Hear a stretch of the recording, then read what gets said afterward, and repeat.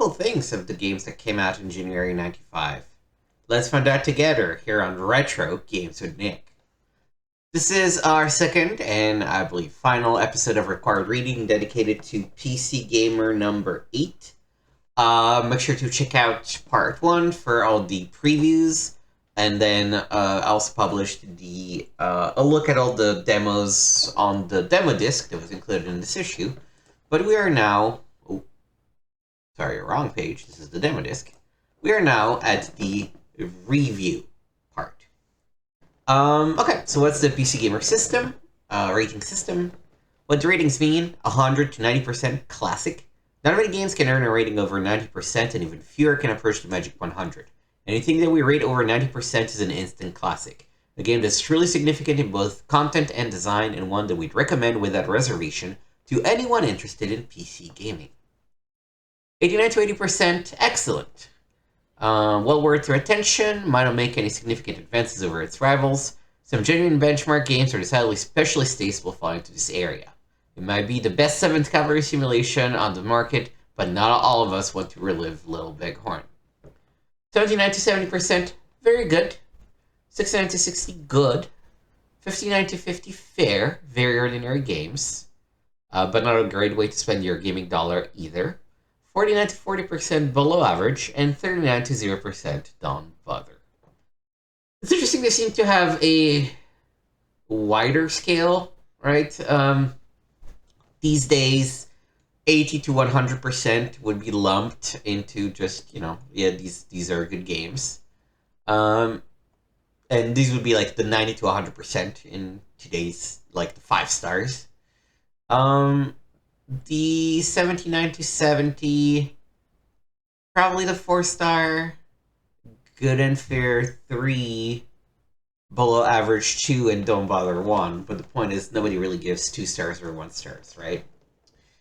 Hardware requirement. Okay, there's the recommended ones and the ones that they used. That's cool.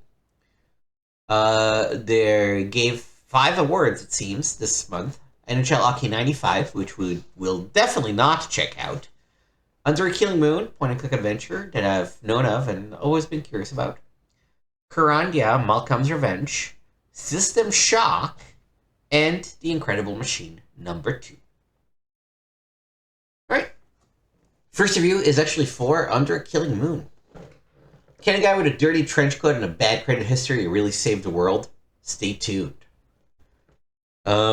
Required CD-ROM drive, 3D6025, 4 megabytes, SVGA, 2 megabytes hardware space, mouse, supported sound cards.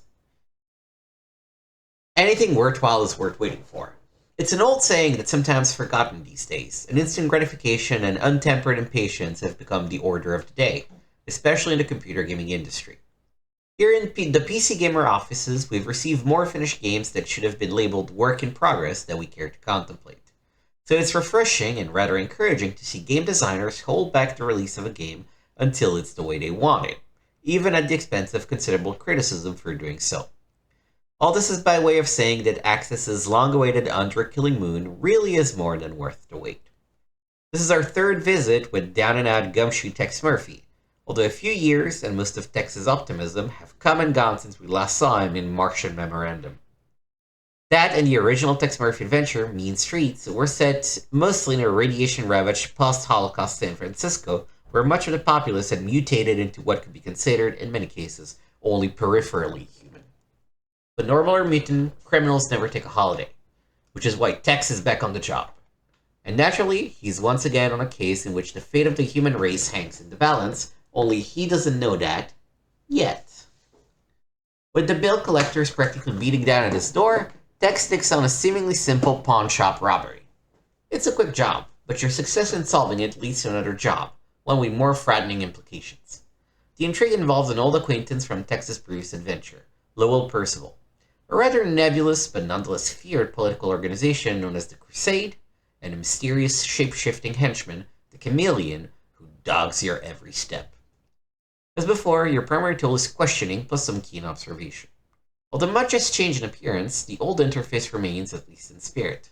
You have a list of people and things to investigate, and it's this list, or at least the pertinent parts of it, that you go over with each person you question. Every time you learn something new, it's added to the list, and if this new knowledge comes with an address, it's noted on your travel map. Along the way, you pick up items that may or may not help you on your mission. Although there are a few overt red herrings, some items, even the ones that are very difficult to obtain, have no real use. Of course, the big story with Under a Killing Moon has been its star-studded cast and its film-like design execution. To be sure, the stars, Brian Keith, Margot Kidder, and Russell Means, are effective, especially Means as the enigmatic chameleon. And the voiceovers by James Earl Jones land on a real epic quality to the proceedings. But curiously, the most effective actor is a non-star and one of the game's designer, Chris Jones as Tex Murphy. His narration comes across as some bizarre combination experiment involving Mickey Spillane and Daniel Stern, voice of the Wonder Years. The other actors, many of them members of the Axis staff, acquit themselves well for the most part, although a couple of performances might be considered well over the top. Daniel Stern, isn't that the robber from Home Alone? Marv? Pretty sure that's him. Let me quickly check that out. Daniel Stern. Yep, that's him. The secondary characters are always a highlight of any Tex Murphy adventure, and Under a Killing Moon does not disappoint here either. With a population featuring a lot of mutants, the game designers had a wide latitude for experimentation. So while the mutated Chelsea is disappointingly normal looking, although guessing what her mutation is could be a game within the game, informant Beak, Nariz, or cafe owner Lou are wonderfully bizarre. The neat joke in Under a Killing Moon is that the so-called normals, such as the eminently gross feral puss, are more disgusting and degenerate than the mutants they're always railing against. The term interactive movie has been so overused as to be laughable, but for once, the game deserves the appellation.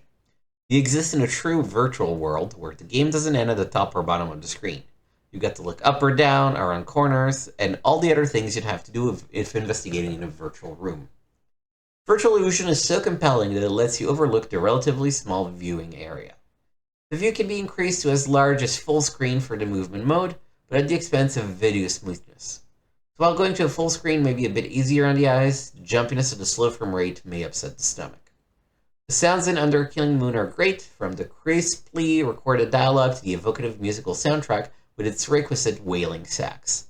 You should, however, have a 16-bit soundboard to get the most of Axis's effort. You may find yourself reeling from an attack of nostalgia the first time the game asks you to insert another disc. Yes, there are indeed 4, count them, 4 discs that need to be swapped from time to time. It's not all that intrusive, however, and you may enjoy being reminded of those days when a high-end PC had 2 360K floppy drives and no hard drive. Under a Killing Moon delivers. We've waited quite a while for the finished product, but it was worth it. This is one game where you can really see the effort that has gone into it, even though nothing jumps out at self-serving or grandstanding. I was entranced from the very opening screen, and it's better than bet that you will be too. 92%. Highs, truly interactive video quality with great characters, scripts, and puzzles. Lows, low frame rate for slower computers and all but forgotten art of disc swapping. Bottom line, worth waiting for. It's a game that challenges and entertains and leaves you wanting more of this believable virtual world. It's not just a job, it's an adventure. Tex Murphy's been through a lot since we first met him in Mean Streets. As we've seen, his life has mostly been a series of long periods of idleness, punctuated by the occasional bankruptcy filing or sale of some of his 80-proof blood. In Under a Killing Moon, however, things heat up considerably for Tex, to the point where he's considering a return to his old vocation as a dance instructor. If there's one thing you don't want to do, it's ask Tex about his ex-wife. You'll hear a sub-story that'll rip your heart out. But you didn't know there was a tuneful side to Tex. You still can't get Lou to turn the Bruin Stew into a piano bar, though. Here's a lesson for us all. Always take along a friend, or a .357 Magnum for all those late-night constitutional. Tex Murphy, Private Detective, Defender of Humanity, and GQ's Man of the Year. Ooh, a character named Eddie Cheng. That might not have aged well. Yeah, this is definitely one that we're gonna check out as a follow-up to this this magazine. Oh, and the second big gun right out of the bat too. System shock. Every element comes together to make this one of the most exciting, innovative games of the year. It is 2072. Something has happened in the Citadel, a high-tech orbital research facility. First, the Shodan computer security system begins malfunctioning almost immediately after its installation. Then, scientists are infected by a viral mutation agent, mutagen. The culprit seems to be faulty computer software. Robots and computer systems go inexplicably haywire. Infected researchers begin showing psychopathic tendencies and start dying. Riots begin erupting throughout the base. When a military transport is sent to sort things out, the space station's defense weapons destroyed. A short time later, Shodan announces its intention to control all life aboard the Citadel. Robots take over the station and start slaughtering the human inhabitants. A brief message from some survivors stated Earth is a danger from Shodan, then all contact stops. The massacre of the Citadel's crew appears complete. But Shodan missed one person. It all began when you tried to hack into the Citadel's computer. When you were discovered, corrupt Vice President Edward Diego offered you an alternative to going to jail. If you can hack him into Shodan, he'll give you freedom. And toss in a neural implant to boot. You keep up your part of the bargain, he keeps his, and for the last 6 months you've been in a healing coma on the Citadel, recovering from the neural implant surgery. You wake in the hospital ready to make up for lost time, but you discover a scene of total carnage. Welcome to System Shock, and get ready for the ride of your life. Simply put, there has never been anything like it. It is a complete evocation of a hellish future world where you are one part man and part machine. As the only human left in the Citadel, you must hunt and kill the mutants and robots, disable Shodan's security, and unravel its plans and secrets.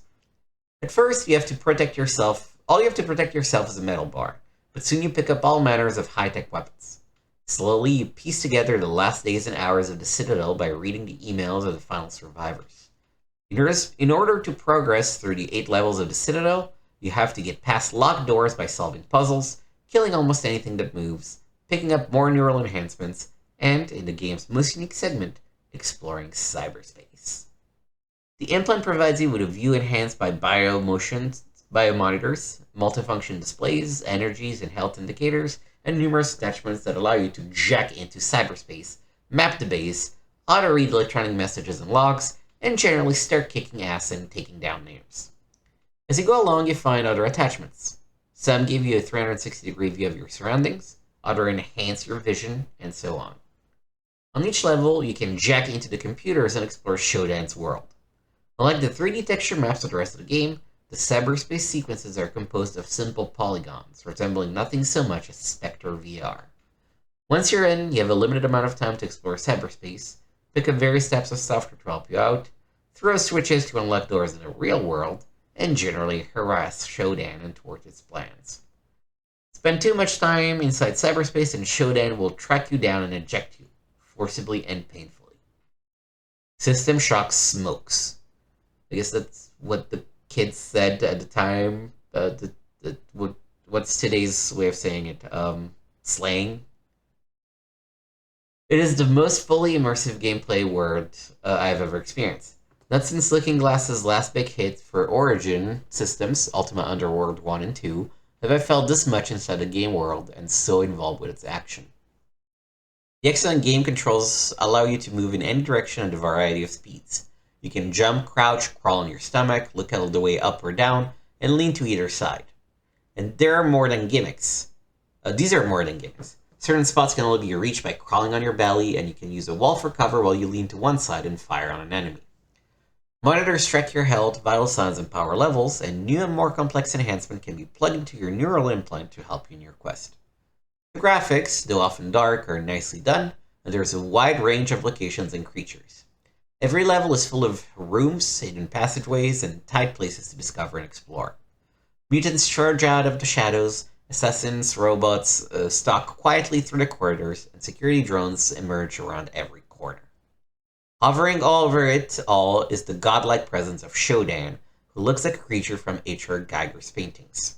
I think that's a misspelling of H.R. Geiger. I thought it was Geiger, but Shodan ignores you at first, but when you destroy a crucial security station, he begins stalking you in earnest, and his rage knows no bounds. Also thought Shodan was a female AI, but the atmosphere is thick with danger and despair. You pick up logs and emails from the last survivors who made a valiant and tragic stand against Shodan. Their final messages are scrawled in blood over the walls. Their mutilated corpses litter the floors. Weapons, ammo, health packs, grenades, mines, and all manner of objects can be found in each of the 8 levels. You have to solve puzzles to get through certain doors and slowly chip away at Shodan's security systems in order to erode its iron grip on the station. There's so much that's unique and entertaining in System Shock that it's hard to know where to begin. The game world is stark and fully developed, and the story consistently intrigues. Sound effects are dense and effective, and the pounding, ominous music provides just the right atmosphere. Numerous configuration settings means you can set the game for as much or as little combat as you desire, make the story more elaborate, or increase the difficulty of puzzles. There are so many options that no matter what kind of game you're looking for, you'll find something in System Shock that delight you. This is an exciting, entertaining, wholly unique game, so fully realized in all its diverse aspects and so completely immersive that it unquestionably raises computer gaming to a new level. PC Gamer final verdict, 96%. Highs, the most astonishing movement control in any game anywhere ever. Lows, some of the puzzles are very inspired. Steep system requirements.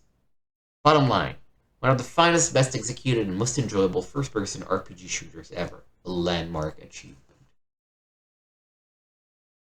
Yeah, we're definitely going to check out System Shock 2 after we finish reading the magazine. We will not be checking out Wanderlust.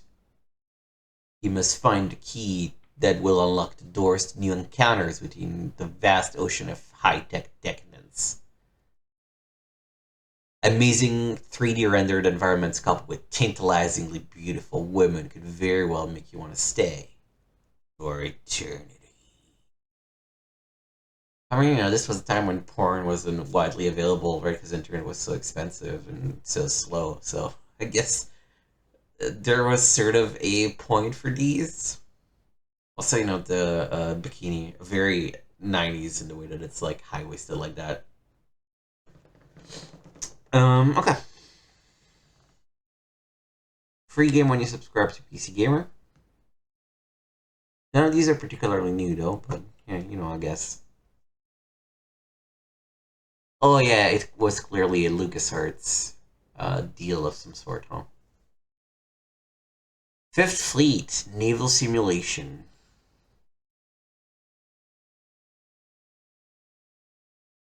We're gonna skip reading this one. Well, let's go through it. But this one is one that will probably not be of our interest. One of the things that irritates me about certain role-playing games is the stupid requirement that the player's party of adventurers unsheath or draw weapons when combat is imminent. Failure to do so may result in annihilation if you've forgotten to save as well as draw. Just seems to me some things, in the interest of plausibility, should be taken for granted. The same thing applies to complex high-tech military sims. There are occasions when micromanagement is richly satisfying in and of itself. But sometimes you're in a game-playing mood where the only thing you want to do is jump in and start lobbing missiles without having to mess with such harpoon-ish details as remembering to cut on each and every radar and sensor system. And for that kind of cut-to-the-chase gaming experience, Fifth Fleet is the perfect delivery system. Let no one dismiss Fifth Fleet as some kind of harpoon-light, also-ran product. In its board game format, it is a time-tested, highly refined, and widely loved simulation with a legion of fans who've learned many lessons about contemporary naval warfare from the thing, while enjoying hours of exciting gameplay in the process. Evelyn Hale's new PC edition of Fifth Fleet strikes me as one of the finest board game conversions I've ever seen. The whole game sparkles with crisp, colorful graphics and boasts one of the cleanest interfaces on the market. Joel Balkowski, designer of the original board game classic, worked closely with project leader Mike Inella, whose Stanley Associates team included veterans with a lot of experience developing software for the military. Everyone concerned wanted to get it right, and it shows. The action takes place in the vast and volatile region bounded on the west by the Gulf of Suez and the Horn of Africa, and on the east by Malaysia. Along with the Indian Ocean, this theater of war also includes all the vital Mid-Eastern waterways and strategic choke points. 11 scenarios are included, all predicated on the supposition that large segments of the former Soviet Navy became engaged with various client states in this unstable region. Thus, in addition to the familiar old USSR vessels, the player may find himself confronting Indonesian, Pakistani, or Indian units. Scenarios are graded as to complexity. A low-rated game usually lasts an hour, a medium-rated one lasts 2 or 3, and there's a monster campaign game of 30 turns, which includes the possibility of replenishing depleted missile inventories at friendly bases. Certain locations are randomized for each game, so replay value is much higher than 11 scenarios might lead you to think. Each game is controlled from a CIC screen where you can select scenarios, configure the game for 2 persons or email play, and consult the tactical reference monitor, a handy Jane's Fighting Ships guide that shows a crisp picture of every ship or plane in the game, along with their real-life vital statistics and their ratings in terms of the simulation. Overall battle management is conducted from a strategic map based on satellite reconnaissance data. You can display all known sightings by type, and vector reckon flights to the various tactical zones displayed. When an enemy unit is detected by your sensors, it's displayed along with whatever information is available about the individual ships in that formation. Tactical action is fought out on richly detailed operational displays, whose hex grids can be toggled on or off. Each hex represents 50 miles, and the air, sub, and surface units icons look exactly like their board game counterparts. Movement is simple. You just click on the unit you want to maneuver and drag the mouse to the destination hex. Combat is also easy to initiate. Click on the unit you want to strike with, whether naval or air, toggle the attack button, then click on the enemy you've targeted. Combat display screen will then pop on, and each weapon system that's capable of hitting a selected enemy target will be highlighted, along with the number of missiles or torpedoes available for firing. Using this well-designed screen, it's a simple matter to cycle through your ships and assign to them the targets you're most likely to hit. Animated missiles, aircrafts, and explosions add a bit of graphic zip to the combat routines, after which a score screen appears telling you how many of your SSNs hit or missed. Victory points are awarded for sinkings, though not curiously for damage inflicted, and for convoys brought safely to their objectives. I was seduced by 5th Fleet clarity, elegance, and energy. But the more I played, the more I came to respect the way it subsumes an enormous amount of data into such a playable engine, and then slowly reveals the subtleties implicit in the database through the growing experience of the individual player. Nerd! After the first time one of your task forces is gutted by a submarine you didn't know about, you'll learn the value of mixing into your cap deterrence a few planes with high sub-detect ratings. You're grooving on the rush of launching a veritable rain of SSNs on the first tempting target in range, and then finding yourself 2 turns later out of harpoons and cornered by a fresh enemy task force, you'll learn that, for all their lethality, surface-to-surface missiles can only be carried in limited numbers, and the admiral who fires them off as though they were 5-inch shells is not likely to survive. You'll learn to hoard the arrows in your quiver. That's not how you spell hoard. The importance of using range limitations to your advantage, the weaknesses and strengths of ground-based air support, the crucial importance of locating the enemy before he locates you, and the shocking suddenness with which a seeming victory can turn into a crushing defeat. Certainly the best way to play 5th Fleet is against a human opponent, either in the flesh or by email, but the computer AI fights a very competent battle. If you set the AI on aggressive, you'll probably experience a significantly wilder battle than on the nominal setting. Indeed, the aggressive computer admiral tends to attack furiously, hoping to score a knockout early on. If you can survive his onslaught with sufficient units intact, you can probably slaughter him with counterattacks because he will have burned up most of his magazines.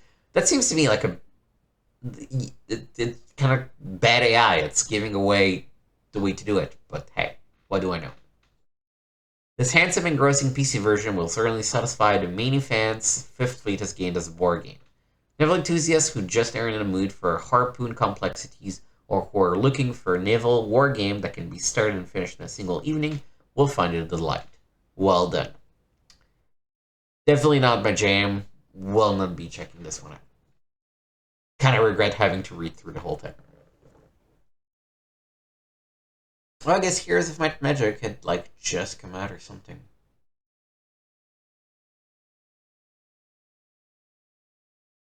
Doom 2. Dark Forces. Oh, well, we know about Dark Forces. Because Reddit had been delayed earlier. Yep. Dominus, you'll never play this game again. Thank fucking God, let me add. I mean, maybe it's their demo was not good. I think there's a review later in the magazine, so we might check the full version, but yeah, I did not appreciate what I played of the demo, which you can check in our required demoing episode that went live last time. Iron Cross. When you get the urge to beat up on a bunch of Nazis, and who doesn't, Iron Cross will at least let you give it a try. Funny how saying something like that was so normal at the time, and yet how modern that sentence now really sounds still. Iron Cross is a World War II tactical warfare simulation from New World Computing, a company more famous for its Might and Magic fantasy role-playing games than for war games. And while Might and von Manstein it ain't, Iron Cross could certainly do with a little bit more reality. Iron Cross bills itself as a simulation, claiming on the box that each scenario is an accurate depiction of the actual battle. Every detail is carefully recreated, from the town layouts and surrounding terrain to the type of units and number of airstrikes available at the time. The truth is that Iron Cross bears little resemblance to reality. It's a real-time version of The Perfect General, only masquerading as a historical wargame. The game is a glossy one with lots of good graphics, flashy sounds, and digitized speech. The introduction is pleasing to watch, the maps look good, and the interface is very easy to use. In the eye and ear candy department, it can only be complimented. The problem comes as you get into the gameplay. When it only takes 11 pages of an 82-page manual to explain to you how to play the game, you know something fishy is going on. The manual, by the way, is one of the sloppiest I've ever seen, containing such an incredible number of glitches and historical errors that you almost wonder if they did it on purpose to see who was reading it. In case you didn't know, for instance, the American had all black armored divisions with a special grudge against Let me start again. In case you didn't know, for instance, the Americans had an all-black armored divisions with special grudge against Hitler's master race. According to the manual, Major General Maxwell Taylor commanded the 506th Division, not bad considering that the United States essentially raised only about 100 division. American brigadier generals are routinely referred to as brigadiers, a British designation. This sort of carelessness extends itself to other areas. The box says that the game takes up 10 megabytes on your hard drive, while the installation guide says it wants 22 megabytes. Luckily, the real number is a bit over 10. But back to gameplay. You move your units and fire, and that's essentially it. After buying units before a scenario and placing them, you have relatively few choices. You can direct your units to move to certain places, you can change their move mode, from move only to move attack to attack move to attack only. That's like targets for them. Airstrikes can also be called down. Amazingly, they appear within 30 seconds, a response time that bears absolutely no relationship to real life. Because the game plays out in real time, sometimes you'll find yourself pumping your mouth as if you were playing an arcade game. And unfortunately, there's no feature to select or give orders to more than one unit at a time. Your units move on their own, little squads of men looking like tiny dust mites scrambling across your screen. The artificial intelligence leaves a lot to be desired, though, as they choose poor routes and get stuck behind buildings or other objects. The computer is much better defender than attacker, something to keep in mind if you want a challenge. For some reason, the computer players likes to send tanks into the woods, where they get mired. Squads can entrench, or change their speed, or lay smoke, or any number of things that a player might expect them to be able to do. Moreover, the game mechanics are sometimes questionable. If I once had 3 squads firing from point-blank range at a piece of exposed artillery for quite a while before I was able to destroy it. The artillery crew must have been especially adept at dodging bullets. You begin to understand the nature of the simulation you're dealing with here when the Omaha Beach scenario opens with the invading Americans facing a bunch of German armored vehicles on the top of the hill opposite the beach. No in-place positions, no casemates, just AFVs out in the open in broad daylight. There are no weather or visibility variables in Iron Cross. In real life, they would have been destroyed by fighter bombers before the Americans even hit the beaches. Iron Cross comes with 12 scenarios and a customized scenario. All the scenarios, by the way, involve only the British, American, and Germans from June 44 to March 45. There are no Soviets or Eastern Front action. Victory conditions for the scenarios are strictly geographical. If you control certain zones at the end of the scenarios, you win. If your casualties are light, your victory will be greater. And the game is strictly solitaire, just you against the computer. No two-player mode, modern play, or network play. There's not even support for multiple save games. The game's many quirks and flaws would be forgivable if Iron Cross were a lot of fun to play. And actually, the game isn't usually boring, but the replayability factor isn't particularly high, although the fact that the scenarios are short and sweet does help some. The customized scenario offers a few more options than the pre-built scenarios, but there's not really that much to customize. A map editor would have been nice, as would a unit editor. So after you're through enjoying the graphics and sounds and have played each scenario once or twice, Iron Cross is like to start gathering dust on your bookshelf. Just make sure you don't put it on the shelf where you keep your history books or there could be a brawl. This feels to me like they saw the World War II theme and they gave it the war game and history buff. And this is not that. This is maybe more of a kind of sort of first person shooter. Anyway, 65%. Not gonna check this one out either. Rise of the Robots. This is a bad game. It looks impressive, but it also plays like garbage. Again, check out our required demoing episode to see what this terrible thing looks like in action. Oh, a little Divil. I've seen this one on GOG a few times. That's pretty good, it seems. So this one I might check out. If hell really turns out to be displayful and entertaining, people are gonna start doing anything they can think of to. Let's try again.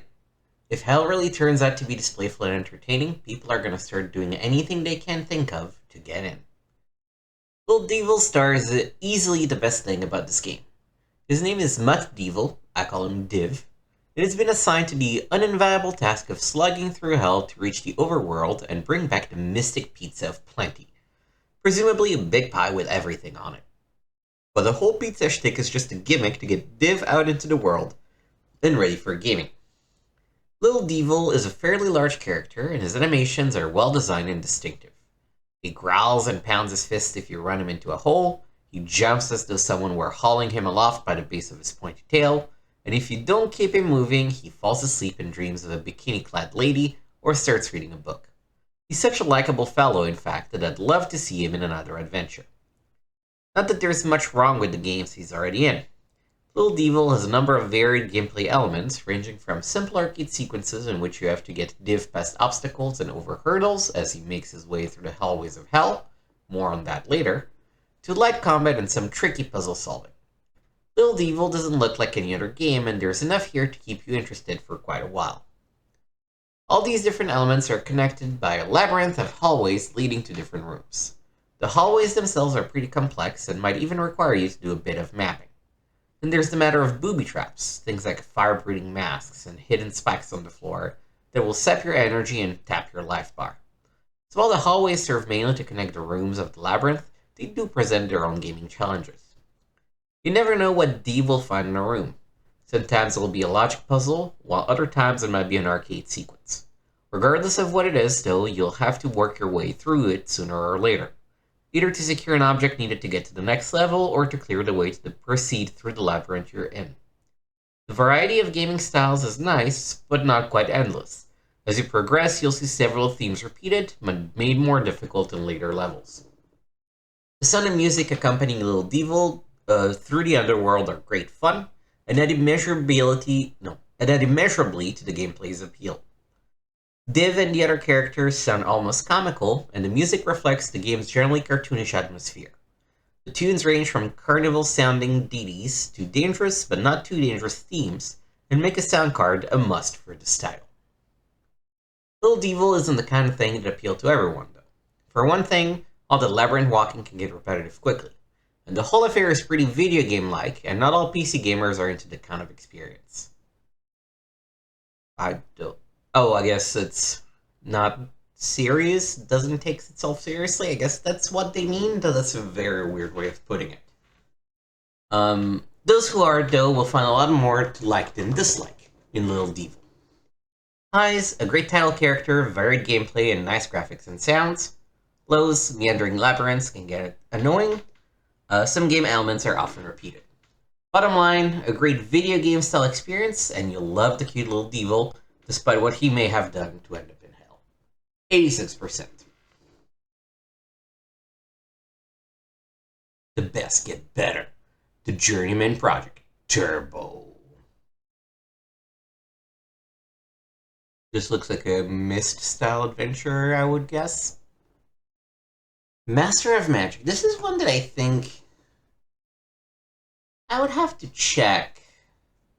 Tell you what, I'll do a quick check. I'll pause the game and I'll be back in a second. No, I thought we had read a preview of Master of Magic before, or at least the name reminded me of something, but maybe again, I've just been seeing the name when browsing GOG a few times, and it's sort of stuck with me. This fantasy role-playing game from the publishers of Master of Orion gives you 2 worlds to conquer. Take 2 part Civilization, 1 part Betrayal at Krondor, and 1 part Warlords. Now add 1 Eye of Newt, and what do you get? Okay, maybe you get an opponent with a shrink, but the recipe also cooks up an addictive new fantasy role-playing game from Microprose. Master of Magic, from the folks who hooked players with Master of Orion, puts you in the role of a wizard bent on conquering a dark, unknown world. You'll build your empire by establishing towns, raising armies, and enhancing your own magical powers. Of course, you aren't alone in this fantasy world. Other wizards are growing in power too, and sooner or later your armies will clash. And don't forget the hordes of monsters that roam the countryside, disrupting your empire and taxing your precious troops. Master of Magic actually gives you 2 worlds to conquer, Arcanus and Meier. You start your adventure on Arcanus, the more normal of the 2 worlds, but discovering special towers or developing your own mighty wizardry, you'll eventually gain access to Meier. Here you'll find powerful new spells to build your power, and deadly new enemies, both real and magical. The main game screen and primary interface are very similar to those in Civilization. Starting with a single tiny fortress, you must explore your continent and eliminate or make peace with other wizards you may encounter. When you begin, the entire world is black and unknown. The terrain is revealed only as you explore it. And naturally, when you've conquered your continent, you'll want to build ships to plunder and pillage other realms across the ocean. Building up your cities is a big part of the game. You choose the buildings to construct in your city, and they each contribute to your power and wealth in different ways. Building a stable, for instance, allows you to create cavalry units. A granary will help ensure your food supply, and a fighter's guild will produce better soldiers. You can't afford to ignore your city's economy, either. A marketplace will increase production, while a sawmill will increase income from nearby forests. Cities are your centers of production, and therein lies the key to a successful empire. But even powerful wizards have to take care of mundane details if they want to rule the world. Outposts must be established, roads must be built, and taxes must be collected. You have to raise armies, feed them, and pay their wages. If there isn't enough food or money to go around, your armies will just vanish. The overall emphasis of Master of Magic is definitely on strategy, and the decisions you make when creating or choosing your wizard persona at the beginning of the game have a profound impact on how you'll fare down the road, as well as the strategies you'll employ as you play. You can choose one of the wizards provided to represent you or create your own. Then you select from 18 special skills such as Warlord, you get better troops, or Famous, you attract more heroes to join your armies. Choosing these skills will cost you some of your 11 character creation points, so you have to balance what you want with what you can afford. You'll want to save some of those character points for magic, probably, and appropriately, the most pervasive element in Master of Magic. There are 210 spells available grouped into 6 spellbooks: Life, Death, Chaos, Nature, Sorcery, and Arcane. After picking your special skills, you spend the rest of the points by choosing as many spellbooks as you can afford. You'll only be able to accumulate spells in the books you choose, so obviously it's an important decision. There's also an extensive military aspect to Master of Magic. With more than 40 types of military units available, from simple swordsmen to catapults, cavalry, and archers, it takes time and patience to build your armies, and you'll want to plan carefully the makeup of your forces. As they prove themselves on the battlefield, soldiers move up through 6 experience levels, gaining greater combat skills at each level. And as your fame grows, you'll be approached by mercenaries and heroes offering their services. For a fee, of course. When you clash with the rebels, wizards, soldiers, or monsters, the game takes you straight to the battlefield, where the fight is depicted in micro-miniatures fashion. The combat graphics aren't as stunning as those in Betrayal at Crondor, but these battles involve whole armies, not small groups of adventurers. Can we see a battle screen?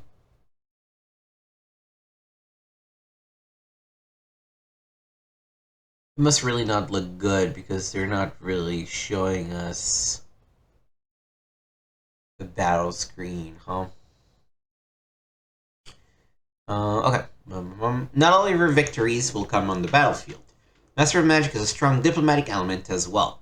You can enter into strategic alliances with other wizards, though don't count on these rascals to honor treaties, declare war, offer tributes to appease aggressive wizards, or exchange spells with a rival. All the information you'll need as you play is never more than a mouse click or two away. You can easily access lists of cities and armies, graphs showing the relative power of your rival wizards, spellbooks, and a host of advisors to help you build your magical empire. But now it's complaint time. First, if you're looking for cutting-edge graphics, you'll probably be disappointed by Master of Magic. The bulk of the game has you maneuvering units in an overhead map or allocating resources in a city screen. Even at their best in combat, graphics won't make you gasp in awe. Soldiers move together, then wiggle their swords to signal a clash. It's no big deal. Magic is handled with a bit more flair though. You'll see fireballs streak across the screen and summon creatures rise from the ground. Sound effects are also a bit disappointing. In fact, there's just not much sound at all other than during combat.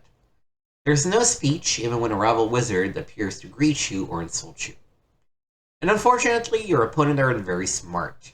In both the strategic mode and on the battlefield, the artificial intelligence is definitely lacking. Enemy units often won't move to block your advance to their city, and when they do, their battlefield tactics aren't too effective. Finally, there's the weak, uninformative, and poorly organized game manual. For example, there's no index listing for combat. Come to think of it, there aren't any listings at all under C. And worse, there's no discussion of general strategies or a description of the many and varied monsters you'll encounter. You can only assume that there is a strategy guide on the way, providing the important information you should have been included in the manual. But despite these gripes, Master of Magic really is a keeper. It successfully combines the addictive play of Civilization with a strong dose of the supernatural. And an upcoming patch promises to improve the artificial intelligence and strengthen the diplomatic aspects of the game. If you're looking for a fantasy game packed with both action and strategy, Master of Magic might put you under a spell. Highs, fantasy world is vast array of races, spells, and combat units. Lows, uninspired sounds, graphics could be better, and the artificial intelligence routines are subpar. Bottom line, a powerful mix of empire building, wizardry, and combat. 83%. Yeah, probably on the we'll check out pile. What's that? Creature shock. Can't tell what this is. Flight simulator and space shooter action. And so you're just showing a bunch of screens that are not about flight sim, huh? Created by Argonaut, who brought you the special effects chip and Nintendo top-selling Star Fox.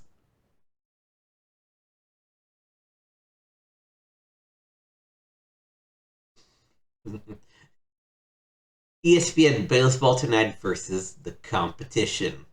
We have stats, they have stats. We have 3D rendered Major League ballparks. They have stats.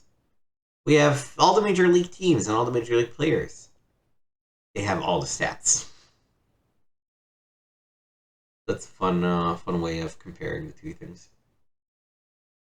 This is a compilation card games. We're not gonna bother reading it. It's a bunch of card games. It's fine. Dreamweb. This is an adventure. Okay, let's read about it. This enduring adventure lets you take control of the most murderous little guy in gaming, although he's a bit hard to see. The Dreamweb is a kind of collective consciousness that helps keep human society in check and running smoothly. But recently, the web has been threatened by 7 powerful evil people who are attempting to take the thing over. And you, a normal guy, have been chosen by the Dreamweb Guardians to hunt down and kill the evil 7. That's right, hunt down and kill. Dreamweb doesn't pull any punches as far as subject matter goes, and that's refreshing. Where some other games might have you battling evil in some kind of toe-to-toe honorable duel-to-death type encounter, that Dreamweb as your character walking up to unarmed people, pulling a pistol, and coldly assassinating them. Okay. When you think about it, the matter-of-fact way your little person goes about his business is a hell of a lot more realistic than the scenes in those predictable action movies, where the honorable hero always lets the bad guy get away rather than just shoot him in the back and be done with it. Another nice thing about Dreamweb is the degree of interaction you're allowed with the people and the objects in your environment. You can talk to any wino or thug you come across, pick up every little piece of trash, every hairbrush and empty coke you see, and even pop them in your inventory and carry them around. In fact, there are very few objects that can be examined, picked up, or moved, just like in real life. Again, a refreshing touch. Of course, very few of those objects will actually help you through the game. The rest aren't so much red herrings as they are diversions. This can be pretty frustrating to adventure gamers used to titles that only let you take things you'll need and require some getting used to. I spent my first hour of gameplay in the very first room of the game just taking objects, examining them, and stuffing them into my inventory. As it turned out later, only 2 or 3 of those were any use whatsoever. For the most part, though, the gameplay and puzzle solving in Dreamweb is pretty straightforward. This isn't the easiest game you've ever played, but it's probably not the toughest either. You view the action directly overhead in a window that only takes up at most half of the screen. And that's a shame because the world in Dreamweb is an interesting one and deserves more exposure. One nice thing is a zoom window inset to the left of the main window that shows in close-up of the objects you're passing your cursor over. It's effective, but not as effective as a full screen, and perhaps oblique, view of the action would have been. Dreamweb doesn't have the graphic sophistication of today's better adventures, and you may wish there was a bit more depth to the characters and storyline. Still, it's an effective and interesting title with good sound and music and a plotline that quickly draws you in.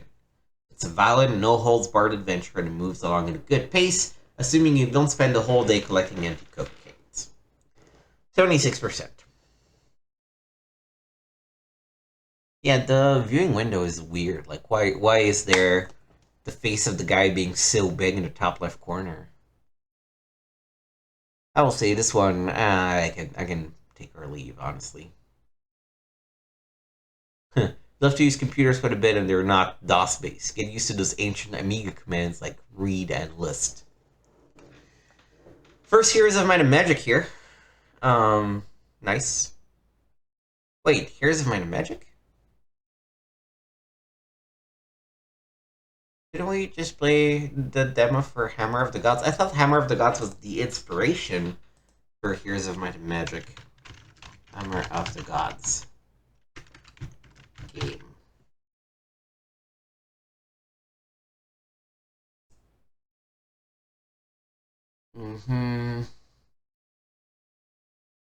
Is one of the main games that spawned the creation of the Heroes of Might and Magic strategy series.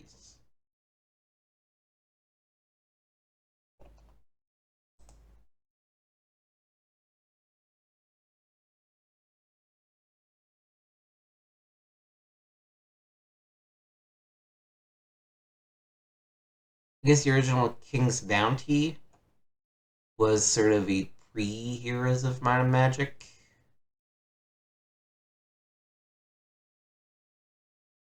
Yeah, I don't understand what they mean about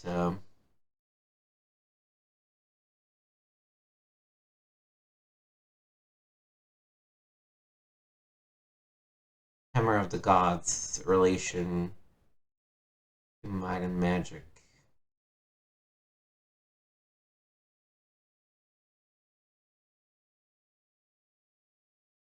Okay.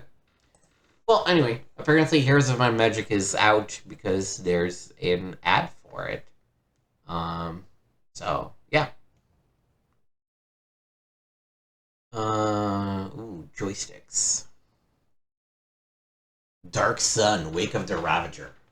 The second game in the Dark Sun series, and one of the last AD&D titles from SSI, is sure to please role players everywhere. Now this is what I call a depressing landscape. No rainforest, no foliage, no ozone layer. Wait a minute, don't we automatically fry if we don't have an ozone layer? No matter. It's depressing. This Athos, the world of the Dark Sun. Seems the mages of the past have sucked all the life out of the planet, caring nothing for trees or rivers or comfy places to splash your toes. And they did it all to feed their wicked little schemes of power unlimited. Ain't no green peace in Athos, at least none that did any good. Unless, of course, you're the start of it. Say, that's it. Think of it as Wake of the Ravager, as a role-playing game in which you play green peas, and maybe you'll be spurred into action without even trying. Can you bring back the rainforest, the ozone layer, and maybe even the bunnies? Too bad this game doesn't offer a merge option with Sim Earth. Now that would be something. As it stands, SSI's latest foray into Advanced Dungeons & Dragons role-playing is worth playing even if you don't get a chance to re-establish life on this barren planet. Anyone who enjoyed the first Dark Sun game, Shattered Lands, is sure to like this one, because not a whole lot has changed. A few of the interface procedures are smoother, but the look and feel is very similar indeed. But hey, if it ain't broke. Speaking of broke, if you read the gamer section of CompuServe, Genie, and Al, you'll find out that Ravager has a substantial number of bugs. Most, from what I can tell, apply to the CD-ROM version, the one I've been working with, and they seem to be related to all the sound and video material included in this version. All I can tell you is that my first copy didn't run very well at all, but my second one, SSI sent the replacement, hasn't caused me any problems at all so far. Then again, I haven't finished the thing yet. Not finished? Nope. Just like you, I like my FRPs to take a long time. First person role play? No. I don't know what FRP could possibly mean. Fantasy role playing. There we go. I like to try different things, including beginning the game with a party included with the package, then switching to my own rank amateurs after I get the hang of it. I take zero advantage of the game cheats offered online because the real fun in these things is playing them, not finishing them. Thankfully, Ravager repays this philosophy in spades. It's a long game. It offers a wide variety of options for both gameplay and character progress, and it's rarely boring. I suspect I'll be enjoying it for some time to come. But a word of warning. This thing takes bazongos of disk space, and makes incredible demands on system memory. I'm not sure about the floppy version, but the CD-ROM version, if you're using all the sound and cinematics, wants over 70 megabytes of your hard drive. Crazy! 70 megabytes! Woo!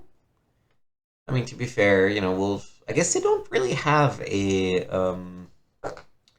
tech section in this one, huh? But I guess hard drives at the time were probably like in the hundreds of megabytes, so I guess that makes sense. Even without sound and video, it requires 30 megs, a lot for a CD-ROM title. Why? Because you can't play it directly from the CD-ROM, although you can tell it to install sound and cinematics only when needed. And worse yet, the game doesn't like double space or other disk compression software. Come on, SSI, and other publishers for that matter. Not all of us have those nifty new 540 meg hard drives. Of course, delivering the required 620,000 bytes of free base memory would be absolutely impossible anyway, with both CD-ROM drivers and disk compression loaded. As for the game itself, well, you'll know from the start how it plays. You begin with a battle, and I'm happy to say that A, combat doesn't predominate, and B, the battles play out quite quickly and easily. In combat, as in the rest of the game, just about everything is controlled with the mouse. You point at the item or battle you're interested in, and you click the right mouse button repeatedly until you cycle to the action you have in mind. You can walk, the default, attack, either hand-to-hand or with ranged weapons, or look. The look icon can be used on a person or creature to initiate a conversation, or just to see what the thing is, as well as on an object to pick it up or use it. Click it on the chest, for example, and the thing opens. If it's not locked, of course. Then you take the items inside and move them to your inventory. It's slick, and since you're engaging combat from the opening scene, you have no choice but to learn the system immediately. More playability stuff. If you want to do something that's impossible, the game doesn't even let you try. This even applies to spells, a real plus considering the tendency of many fantasy role-playing games to make you expend spell points even though the spell can't possibly work.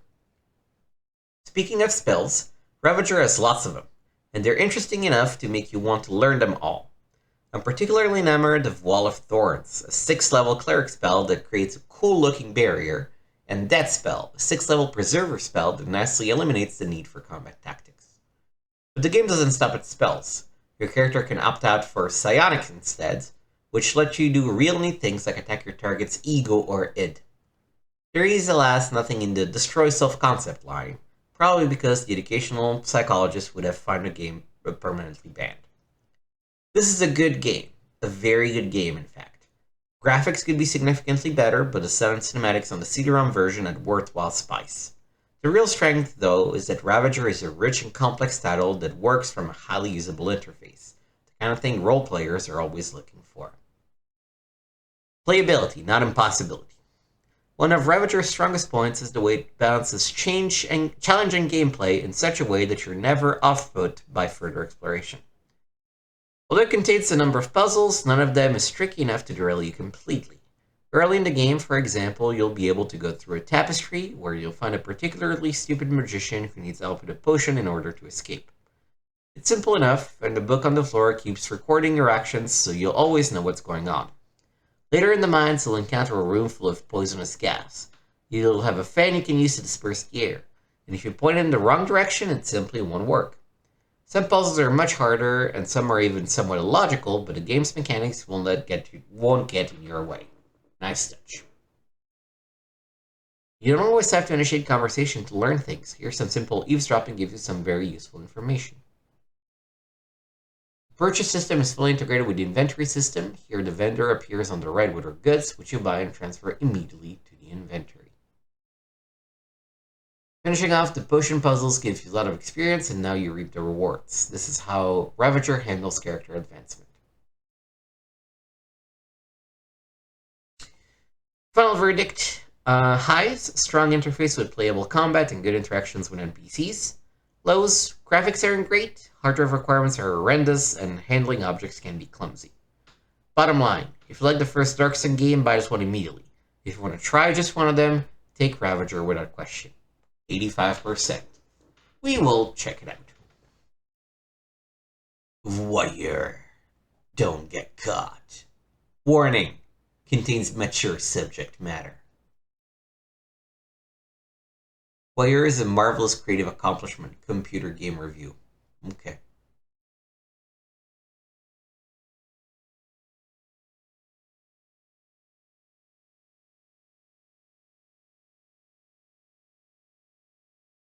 Oh, okay. This is a legitimate thing that they're trying to sell on. I'm confused about who the set is for, right? Because it says blind users are raving about CD-ROM, and then you can get a book for free? No, not for free. There's clearly a cost for it. About the CD-ROM advantage. Includes a listing of over 100 titles that work with speech and braille.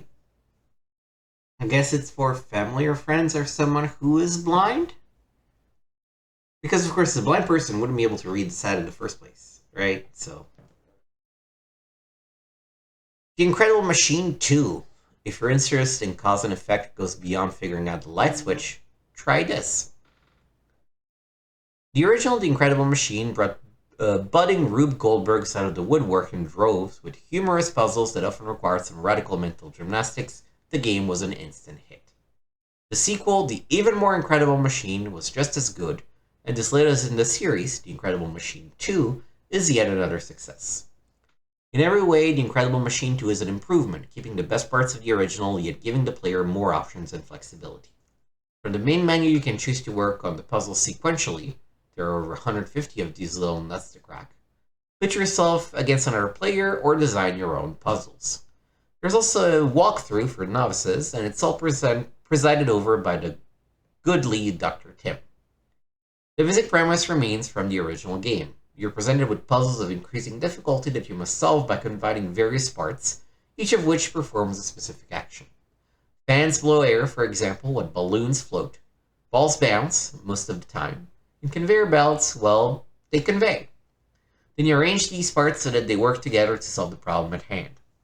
This deceptively simple premise will return to haunt you, though, as you struggle to extrapolate the effect of a boxing glove propelled against a balloon situated next to a spike and supporting an anvil suspended over by a teeter-totter on which a ball is set for a flight into a pipe, which terminates above an aquarium next to which a hungry cat is poised and tethered by a string, the other end of which is wrapped around a pulley and tied over to the lever of a bomb. Whew! And that's just a section of a simple puzzle. Fortunately, Dr. Tim is always ready with a hint to help push you along. Flexibility is one of the title's strong points. You can change the music, the game screen, or the puzzles themselves. There's even a panel that lets you change the basic physics of your universe, at least as far as gravity and atmospheric pressure are concerned. Want to make a puzzle you've designed just a bit more diabolical? Try changing the gravity constant so that falling objects drop differently, or perhaps don't even fall at all. If you've had feeling lately that you're not getting your money's worth from the games you buy, then the Incredible Machine 2 will be a true revelation. The almost infinite permutations of gameplay, along with friendly interface, creative graphics, neat sounds and music, and a welcome sense of humor, make the Incredible Machine 2 a game that's as rewarding as it is challenging. Final verdict, 90%. Highs, dozens of clever puzzles, do-it-yourself mode, and near open-ended gameplay. Lows, none really, unless you consider a somewhat sensitive cursor and a bit of hunger for more memory, for base memory to be fatal. Bottom line, how often can you say you really got what you paid for? This one, again, will be on the list to check. Expert chess for Windows? Yeah, no. Okay. This is chess. Pretty ugly looking chess, too. Weak AI, poor time controls, no modern play. I guess the graphics are the strong suit. But, even at $14.95, it's not been value to anyone but the novice player. Dominus. Okay.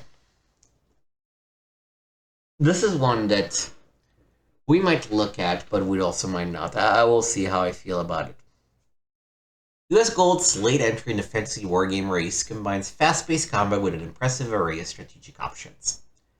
You ever dream of being an iron-fisted medieval overlord, protecting your land with legions of monsters, interrogating prisoners in your very own dungeon, mixing up spells and laying traps for the enemies?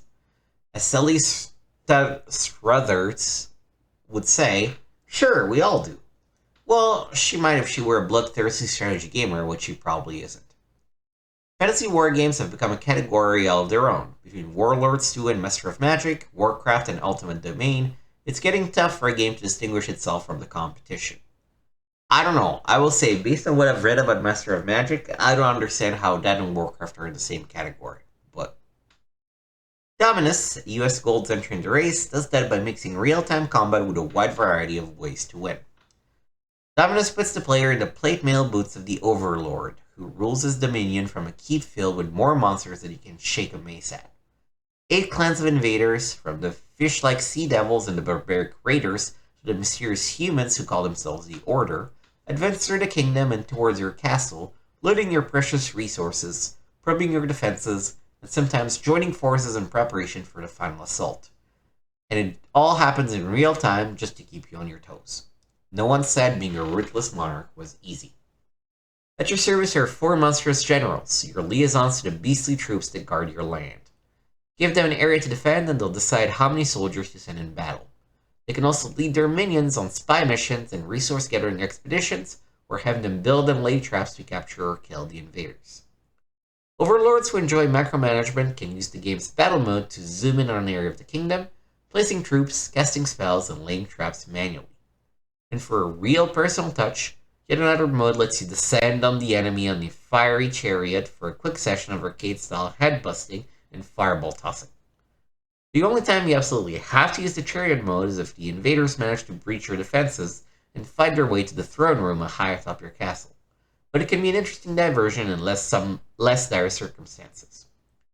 The Overlord's most interesting work is back at a castle, where you can interrogate prisoners, design traps, mix up spells, or combine some of your existing monsters into hideous new super soldiers.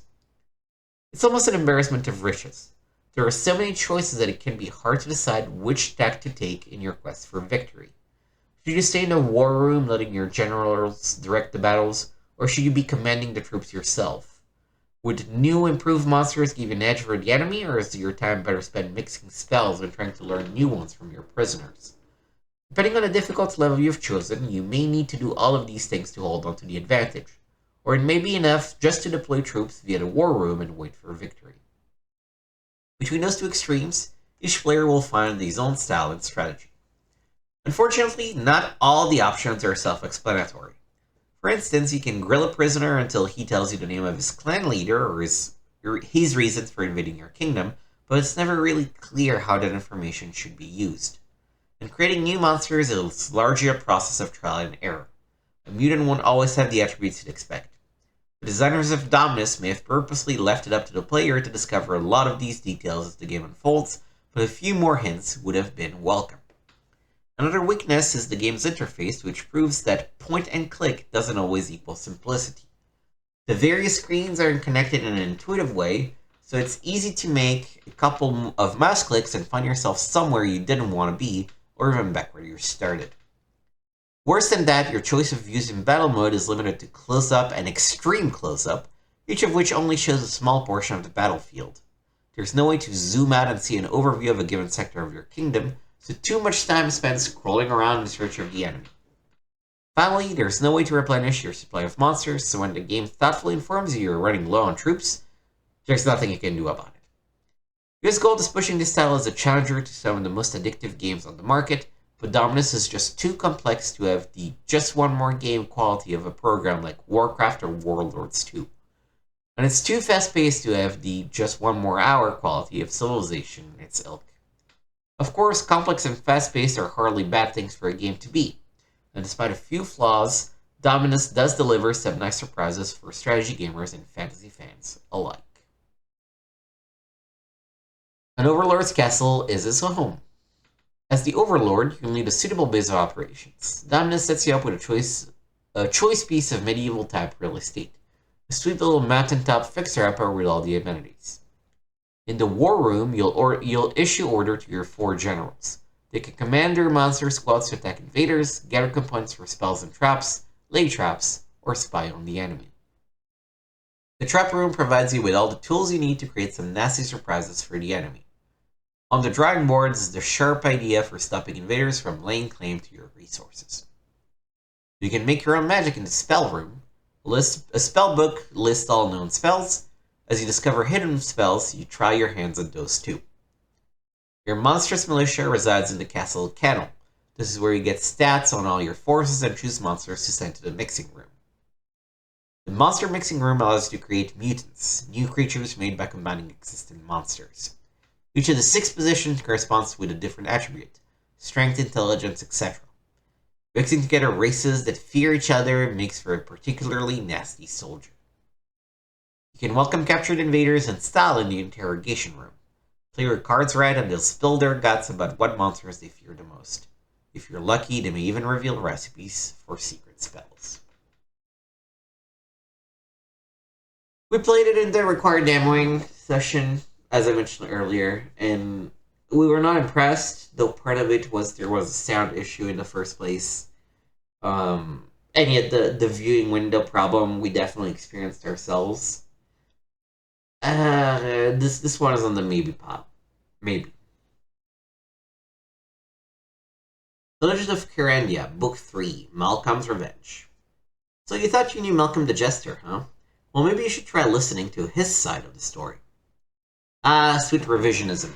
After 2 successful games in the magic land of Kyrandia, we're suddenly asked to believe that up is down, black is white, and Malcom the Jester isn't the total scoundrel we've been led to believe. The sort of thing usually occurs only in soap operas. Yep, in the 3rd installment of the Kyrandia saga, Malcom's Revenge, we get to see life from the other side, the dark side, if you will, with Malcom the Jester. But have we really been wrong about Malcom? Could he perhaps be the victim of prejudice, basically good soul who simply marches to the beat of a different drummer? Well, it's up to you, as Malcom, to discover. Freed from a seemingly eternal prison as a statue after being convicted in the death of King William and Queen Catherine, maybe malevolent Malcom sets out to clear his not-so-spotless reputation. The first big hurdle is the fact that, even though he's a free man, he's living on borrowed time. The authorities want him off the Isle of Kyrandia, but they're not much help when it comes to providing transportation. As you explore Kyrandia, it becomes obvious that there might be several avenues of escape available, but each requires a different set of items and circumstances to succeed. Most Kyrandians have very long memories, so the first order of business is to find some sort of disguise. The easiest disguise to effect is, behave it or not, a hypnotized squirrel. Malcom's had something of a love-hate, mostly hate, relationship with squirrels since his earliest day, and he does have a way with them. If you find the right objects to combine, and it helps to carefully follow the intro covering Malcolm's own wonder years, you'll have no problem convincing a hapless squirrel to function as a chapeau. And in a pinch, a dehypnotized squirrel can clear out the odd restaurant in no time flat. Many of the ways of the island involve getting to one of the takeoff points with the right items of knowledge. The easiest way off is to find some means of breaking down the rather precarious-looking wall in the cellar beneath the toy factory. If you can get inside, and you have some sort of container, you can collect enough portal potion to get out of dodge quickly. Just remember, you've got to be in exactly the right spot for the potion to work. Malcom's Revenge, involved and convoluted as it is, still retains the joy and sense of wonder of the earlier two games, albeit tempered with Malcom's twisted sense of humor. The sense manifests itself in the funny, if not altogether refined, graphics and in dialogue. You really must play this with a good soundboard in order to hear all the great voices, especially Malcom's, which at times sounds suspiciously like Montgomery Burns of Simpsons fame. The interface, carried over from the earlier games, has its good and bad points. On the plus side, it makes accessing your inventory a breeze, and you can easily get to the controls for saving and loading games, and controlling other game parameters. On the minus side, it can be irritating, propping up as it does every time the cursor moves to the bottom of the screen. This is especially frustrating in scenes where you need to maneuver Malcom to an area near the bottom of the screen. After a while, you learn to sense where the cursor will trigger the interface, but early on it can be a real pain. Otherwise, Malcom's Revenge is much to recommend. It carries on the spirit of the earlier games without slavishly copying their formulae. Indeed, it has its own distinct, if warped, personality, one that's a rather refreshing change for the treacly goodness of earlier games. You only have to hear the opening theme music to know something has radically changed.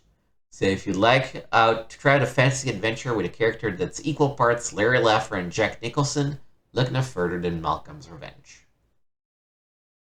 Highs, great characterization, simple interface. Lows, so-so graphics except in Windows mode, interface can get in your way. Bottom line, tricky puzzles, hilarious dialogue, and not so simple right way to win team up. Tricky puzzles, hilarious dialogue, and no single right way to win team up to produce a challenging and entertaining adventure. This one will skip just because I don't get any of the references that they're making, so it would be kind of pointless to, step into the third entry in a series.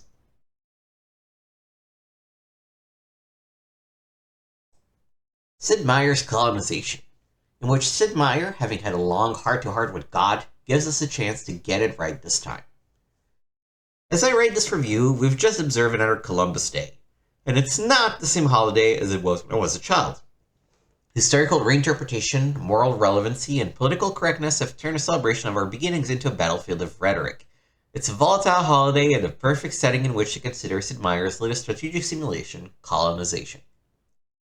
It's bold take at the beginning. Then again, remember this was 1995, right? So in the year since, I want to say that Columbus Day has definitely been downsized because Columbus was a giant piece of shit. And I say this as an Italian. I have no problem admitting that. But moving on. Colonization places you at the forefront of exploration in a new world during that much less morally ambiguous period between the first visit of Columbus and the Wars of Independence in the late 18th century. One might really did make right. Again, less morally ambiguous, I'm not sure. But as an offshoot of Meier's popular Civilization, Colonization possesses the same strengths and weaknesses of its predecessor. The strengths: a sophisticated AI module handling literally hundreds of parameters and an interface that does a good management job as any, are what set both of these games apart. There are so many variables that two similar gaming experiences are the rarest of creatures. These strengths can become weaknesses, though, if you let the deluge of information to be processed and acted upon cause you to obsess on small points to the exclusion of the bigger picture. The game sets you down in the New World as the representative of one of four major colonial powers in the 16th century: England, France, the Netherlands, and Spain. Your job is to establish not only your colonies, but your country's political, economic, and military presence in this new land, all against the background of competition from other colonizing nations and the presence of the native inhabitants. How well you perform the balancing act this entails determines your outcome in colonization. To win, you must develop your colonies to the point to where a bid for independence can be made, and you've got a bit more than 300 years to succeed. You begin by setting sail aboard the one ship you've been granted, the small caravel. Then, in considerably less time than the original settlers, you're on the shores of the New World. It's a good idea to have some notion of your colonization strategy before you set foot on land. For example, if you plan to conduct primarily an agricultural strategy, it won't make much sense to settle in northern areas. You can grow food and other crops there, but not as easily as you can further south. One of the balances you must strike is between what you keep for yourself in the way of agricultural and manufacturing goods, and what you ship back home to sell. The case in point is tobacco. Depending on market conditions, you can get a pretty fair price for your leaf. If, however, you keep the tobacco and put it into manufactured cigars, your profit is 3 times as great. Workforce management is also critical. You're pretty much stuck with a certain mix of colonists to begin with, so you try to make farmers that are lumberjacks. You're not going to have the sort of production you would have with full-fledged tree cutters. But if you wait long enough, the workers you need will line up on the docks of your native land to travel to the New World. You can also actively recruit for specific vocations while employed back home, although this means spending some money. More expensive still, you can bribe your way into the Royal Academy or coerce the institution to train whatever sort of colonist you'd like. When you establish a colony, you also receive surrounding countryside for use, unless it's in the hands of the natives. Some types of land are obviously more suitable for farming than others, but you might be temporarily want to use the less fertile land for food production in a dietary pinch. Note, however, that some land won't grow food at all. Try planting crops in this terrain, and you'll be advised that it's an exercise in futility. Likewise, you can get ore from every kind of land. A nice feature in colonization is the choice you're given at the outset of playing with a geographically correct option, America, or making the game a true voyage of exploration by going with the New World option. Here, the map is randomly generated, so there are no preconceived notions of climate, natural resources, and native populations. It makes colonizing the New World the crapshoot it actually was for those early explorers. In a nod to semi-history, there's a Continental Congress extant even at the beginning of the game, and you'll be asked to nominate a historical figure to the Congress. Once this person has been installed, certain aspects of gameplay change. Should Pocahontas enter the Congress, for example, the difficulties of Native Americans' affairs are eased by half. An especially useful nomination is Jacob Fugger. The successful German merchant's presence in Congress means that any trade boycotts incurred by tax protests are lifted, and all tax debt is forgiven. There's one aspect of colonization that's conspicuous by its absence. Slavery, such a critical influence on the development of America, is not addressed at all. In these days of political correctness, it's understandable that the issue of slavery was eliminated, and this would be acceptable if the game were consistently PC. But the subjugation, exploitation, and sometimes extermination of native people is vital to the gameplay and feature in all its horrible infamy. So it's perplexing why an equally important facet of colonization, slavery, is still ignored. Are we to assume that this is the fate of the Indians as somehow more palatable? To be fair, however, colonization can by no means be considered an accurate historical simulation, nor is it being marketed as such. But given the game's treatments of Native American relations, couldn't Microprose have given the opportunity to introduce African immigrants, this time not as chattel but as fully equal contributing colonists? The chance to extrapolate from this fundamental change in American policy could have made colonization an even better simulation. Big woof. I mean, I get the point. The point is not, let's introduce slavery. I guess they're making a point, let's introduce African migrants as part of our population. And I guess that would be a fair way of introducing that. Just not having native exploitation would also be a good choice. Yeah, I mean, I want to check this game out. But I'm going to need to put a big warning up front that it's like, Woof. It would be great to report that Colonization is a visual and oral step beyond its predecessor. It's not, however, and that's something that might put people off expecting good looks to go along with a good gameplay. There's no question that the AI and data management is excellent here, but it's certainly not unreasonable to expect better graphics than these, especially in the static information displays. I'm not coming down on the side of image over substance, I'm just wondering why Macroprose chose to wed 1992 graphics to a 1994 game. Despite a couple of tiny shortcomings and one major, possibly understandable omission, Colonization offers a wondrous gaming experience that will captivate you in the complexities of a blossoming land. Yeah, I mean, I hope that when they started coming up with this project, immediately we're just like, slavery, absolutely no. Hell no. No. An important part of gameplay in Colonization is the recognition that the major colonial powers of the 16th century were in the New World for very different reasons. Although some attempt has been made to link these motives to some sort of genetic cultural factor, the real driving force for colonization had as much to do with immediate realities as anything else. The Netherlands, for example, was a small country even by European standards. In fact, its greatest explorer was an Englishman, Henry Hudson. But small as it was, the Netherlands had a large merchant class, and these entrepreneurs found the trade possibilities awaiting them in the New World too lucrative to ignore.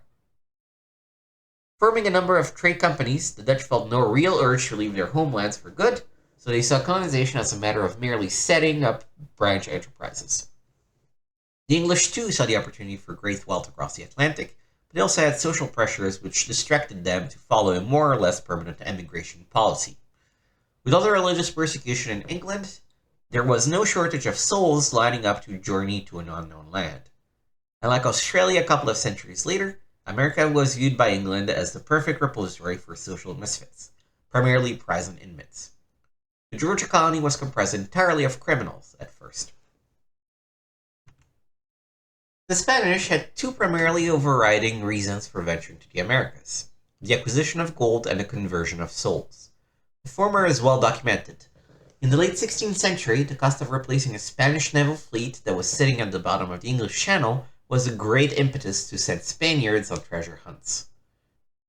And so the conquistadors mercilessly plundered the native populace in hopes of finding great stores of gold. Then, in a sort of twisted attempt at recompense, Spanish missionaries tried to bring the eternal truth to the newly pauperized natives, the few that were left anyway, building missions far afield, many of which still stand today. The French are hard to figure. They had, on the surface, perhaps the best chance of all to succeed in the New World.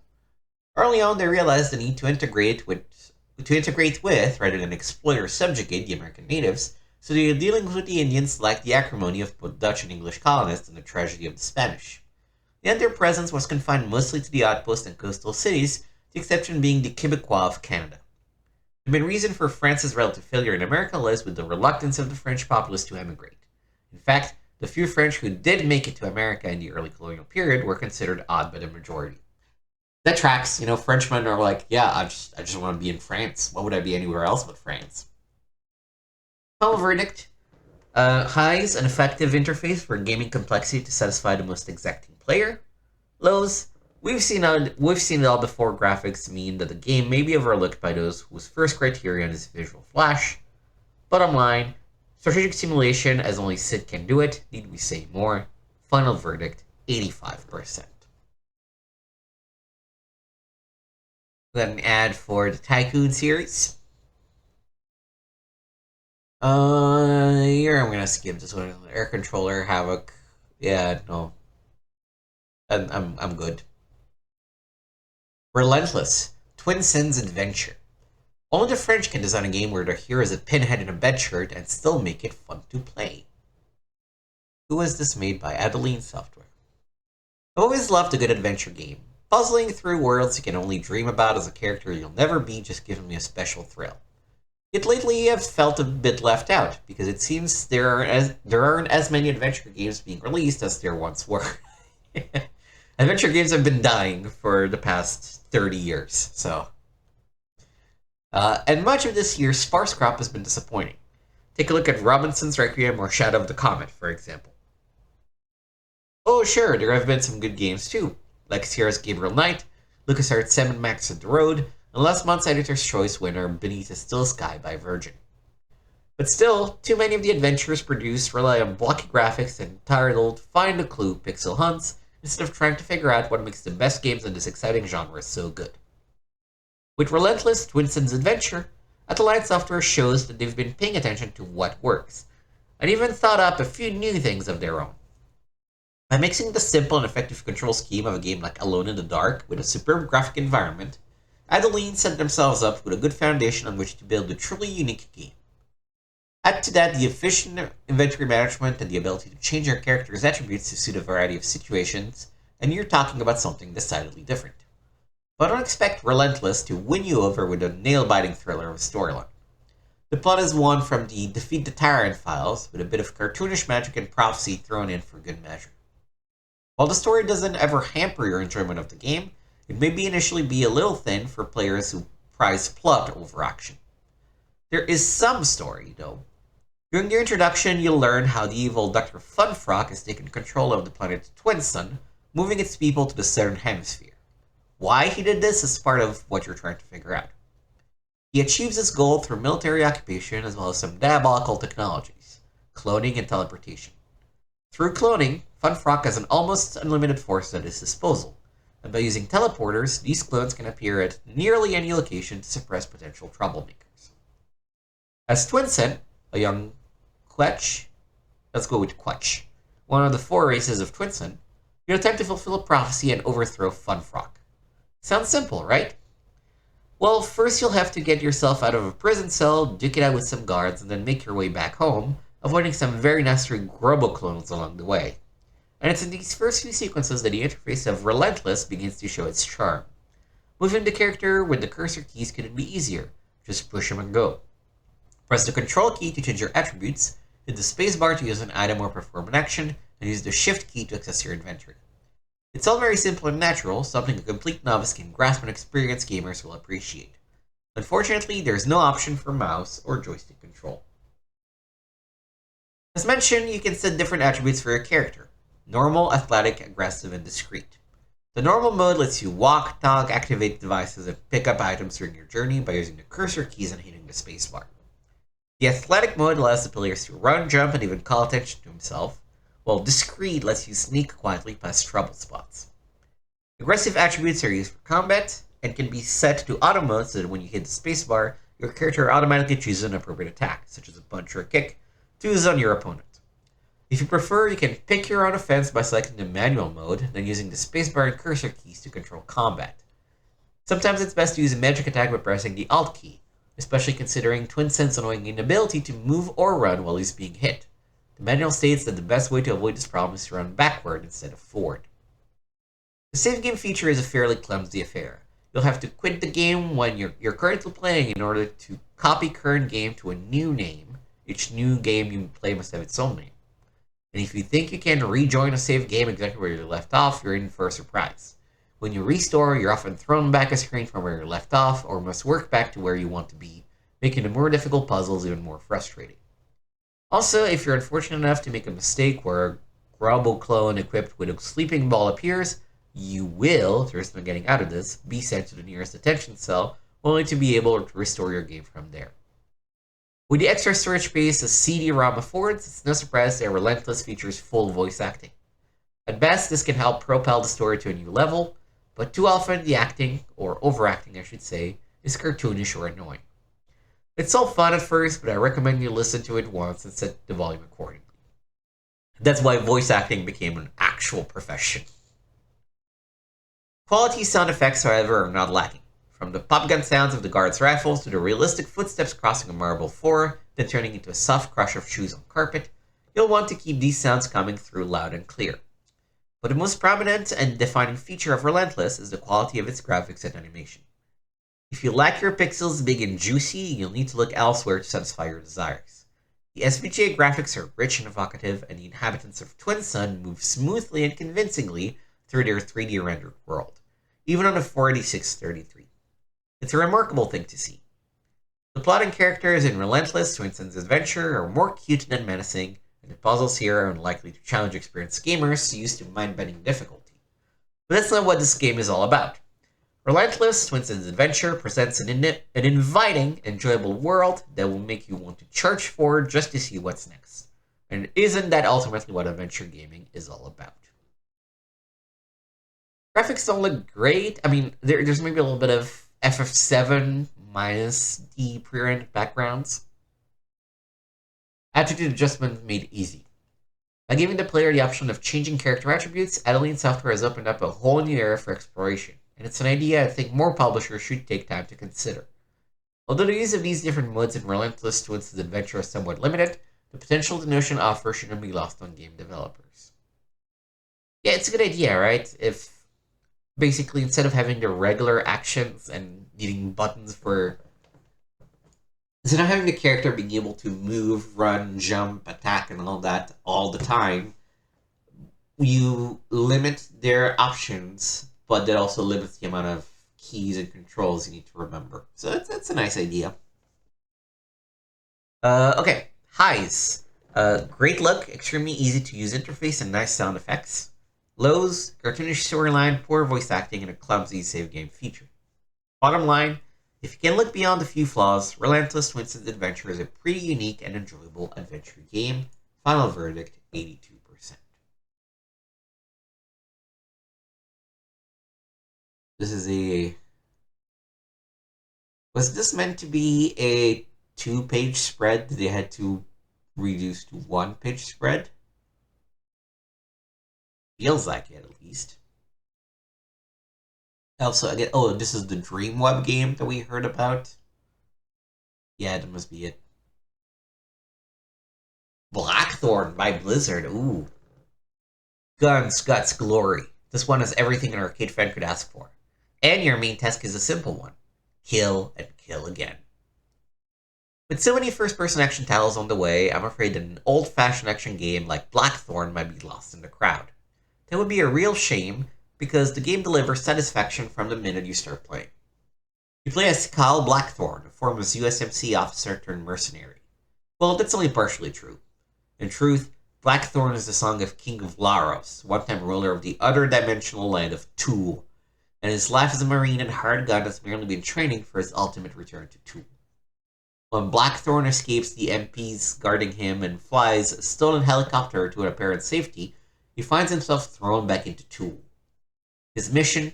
To free his people, the Andrathi, from the tyranny of the sorcerer Sarlacc, a leader of the evil and appropriately mutated Kad Rasul, and murderer of Blackthorne's father, King of Laros. Blizzard has done a fantastic job of animating Kyle Blackthorne. This year, a character run, crouch, shoot, jump, climb, and roll his way through 70 levels, just chock full of enemies and obstacles. There are a few puzzles thrown in, most of the step on display to open that door to get the key variety, but the focus is decidedly on shooting and running and jumping. Game animations, however, aren't quite as good those for the hero. I think that's a bad sentence. Game animations, however, aren't quite as good as those for the hero. In fact, your foes hardly move except to step from the shadows and open fire. Music usually takes a backseat to the gunplay in this sort of game, but the soundtrack here is phenomenal, a strange blend of martial arts and medieval's tunes, set against modulating synth tones. The sound is so rich, in fact, that it truly deserves the 3D sound moniker. The effects are also good, with gunshots and grunts bringing the bloody adventure to life, and thanks to the full support of the Gravis gamepad, you can sit back and enjoy the soundtrack without being chained to your keyboard, though keyboard control is very good. Unless you hate action games, pick up Blackthorne. And if you do hate action games, at least take a look at it over a friend's shoulder. You might be converted. Oh, by the way, you can shoot this friendly Andrathi chained to the walls, but you wouldn't do that, would you? Highs, great animation, cool music and sound effects, and plenty of bang bang make this the best action adventure since Flashback. Lows, you'll find yourself doing the same thing over and over again. Weak enemy animations. Bottom line, a great mix of gunplay and puzzle, sure to please any arcade fan. Final verdict, 86%. Yeah, cool. Definitely gonna check it out. Alright, NHL Hockey 95. While EA Sports' second PC hockey title is a great game, last year's followers may feel left out in the cold. It's already been a year since EA Sports brought NHL Hockey to the PC. Well, I guess it's true what they say about time flying when you're having fun. The release of EA Sports' cleverly named sequel, NHL Hockey 95, does coincide with the original's 1-year anniversary, and made me realize that perhaps I've been having too much fun. While the game is every bit as entertaining as its predecessor and does include a few new features, most of the improvements over last year's version are mainly the presentation of setup and opening screens, and have no significant effect on gameplay. So is NHL Hockey 95 merely a glitzier, updated version of the original? Not exactly, as one look at the rosters and player ratings will attest. Still, the one big grab that can be lodged against NHL 95 is that this is a lot of dough to pay for updated stats and prettier intro screens. If you haven't tried the original, then NHL Hockey 95 is just the answer for those dull winter evenings. The entire program has been designed to convey the professional air of an actual sports broadcast. Team lineups and statistical analysis are presented with television-style graphics and with actual photos for studio hosts and rink announcers. NHL 95 could almost fill in for those cancelled ESPN and Hockey Nights in Canada telecasts. Catchy in-studio music gives way to authentic organ music once you take to the ice, and a digitized stadium announcer gives the official calls on all goals and penalties. The slick new image and great sound quality are made possible by the game's CD-ROM format, the biggest and most obvious change from the original. The CD replaces the 4 discs required to install NHL Hockey, but don't get too excited. You'll still need to set aside a cool 10 megs of hard drive space. Ooh, 10 megs. Wow. The access time for the CD-ROM is minimal, though, and only becomes noticeable between periods and when retrieving statistical data. Keyboard, mouse, and gamepads are supported, but if you intend to control players out on the ice, a gamepad is essential. Passing, shooting, and checking commands are executed with the touch of a button, and skating is much quicker to learn than the real-life experience. Advanced techniques like laying down to block shots and a one-timer shot can be easily achieved with practice and give you incredible control over your team's performance. Your teammates fill the lanes as real players would, so even if you can't see a line mate, you can be fairly confident that he'll be there when you pass in that direction.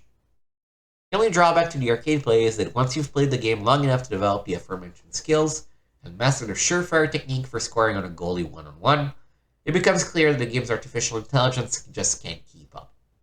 While the game can still be enjoyable to play, constantly winning by 7-1 margins takes a little fun out of the experience. The point-and-click interface makes it simple to play an exhibition game, set up a league, edit lines for a team, or browse through several categories of statistics. Besides rosters, stats, and players' ratings that are current through the end of the last season, NHL 95 also includes a new feature called the Central Registry, which allows you to make modifications to the player databases. Thanks to the registry, you can now swap players from one team to another, cut guys from the roster, and add free agents. You can even create free agents from scratch and customize everything from their names and jersey numbers to their aggressiveness and agility ratings. Unfortunately, the Central Registry is essentially the only addition to NHL Hockey that affects actual play. As in the original, up to 26 people can participate in league play, one for each NHL club, and players can export their team to a floppy disk for use on their other PCs with NHL 95. The program simulates game results and stats for all matchups that don't involve a human player, and compiles team standings for a list of league leaders in a variety of categories. The playoff option allows you to bypass the league's lengthy 84-game season to get right into the fight for the Stanley Cup. An instant replay feature not only lets you review the last several seconds of the action, but also lets you save your favorites to the league or playoff highlight reel. If you're a fan of sports game and never experienced last year's NHL Hockey, you should seriously consider adding NHL Hockey 95 to your library. It's everything the original was and a little more. But for owners of NHL Hockey, the little more may not be enough to convince them to break open their piggy banks, at least not yet. It fits in the game. The programmers of NHL Hockey 95 really did their homework in order to live up to EA Sports' slogan, if it's in the game, it's in the game. Oh, that's the full slogan? If it's in the game, it's in the game. Huh. Now you might think that the lack of fighting in NHL Hockey 95 may cast a shadow on that of the claim, but the NHL effectively tied EA Sports' hands when it told the company it would revoke the NHL license if blood or fighting was included in the game. But even with that aspect of the game missing, there's still plenty of detailed animations to really give the action a realistic experience. Play close attention when playing and you'll notice that even the smallest events of a real-life hockey game are captured in NHL Hockey 95. Okay, score. Highlights, professional presentation and great gameplay. Lows, there's not much other than improved game presentation and stats to separate this from the original NHL hockey. Bottom line, if you don't own the original, this is as good as it gets. If you do, try before you buy. Final verdict, 90%. I know next to nothing about hockey, so maybe we will boot it up because it's an editor's choice, but I don't plan on spending any time playing through this game. And that was the end of the reviews. So before we read through the columns, let's just take a summary of everything that we're going to check out after the stream.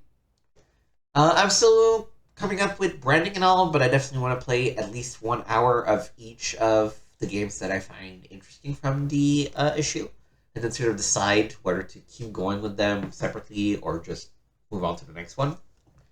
Under Killing the Moon, we're definitely going to check. System Shock, same. No. No. Little Divil. Master of Magic, makes 4. Dreamweb, I think I'm gonna skip. Dark Sun is 5. Incredible Machine 2 is 6. Dominus, I'm kind of maybe not. Kyrandia, I said I would skip just because I have no context for the previous 2. Colonization, definitely yes. And Relentless, Twinsen's Adventure, definitely yes. And Blackthorne, definitely yes. So that's already 9 games. That's a lot. I'm sorry, Dominus, you had your shot, but I'm not gonna spend any more time with you. And then we're gonna maybe boot NHL Hockey 95. But so that's 9 games we're gonna check out for at least 1 hour each over the next couple of weeks, I think. Posted on the channel, so make sure to check that out. Keep following. Okay. Now it is time for all the various rubrics. Oh, but rubric, that's probably me thinking of Italian, right? You would call this a column, not a rubric. Okay, so anyway, let's read the columns. First one is Alternate Lives, Fantasy and Role-Playing Games News Trends. It's all in the way you look at it. The idea behind role-playing is that you take on the persona of a character in a story. A good fantasy role-playing game lets you get to know your character well enough that they become individuals in your mind. Check out Betrayal at Condor, Ravenloft Strat's Possession, or Fairy Tale Adventure from a zillion years ago. And a good FRP also gives you a worthwhile story for the character to play around in. Condor again, Challenge of the 5 Realms, the Ultima 6 and 7. Character, plot, what else could you ask for? Well, let's look at perspective. You know, the stuff you learn in your 9th grade English classes. First-person perspective, third-person perspective, the strengths and merits of each. On the off chance that you can quite remember the distinction, in a first-person perspective, the story is told using the first-person pronoun, I. You see the story through the eyes of usually one character only, although this varies, and the story you get depends on that character's senses, thoughts, and feelings. Third-person narratives are much more common. He thought this, she said that, they did this. The author can get inside the mind of any number of characters, but there's no I. I've oversimplified all this, but basically that's the difference, at least in books. But what about FRPs? Do the same differences hold?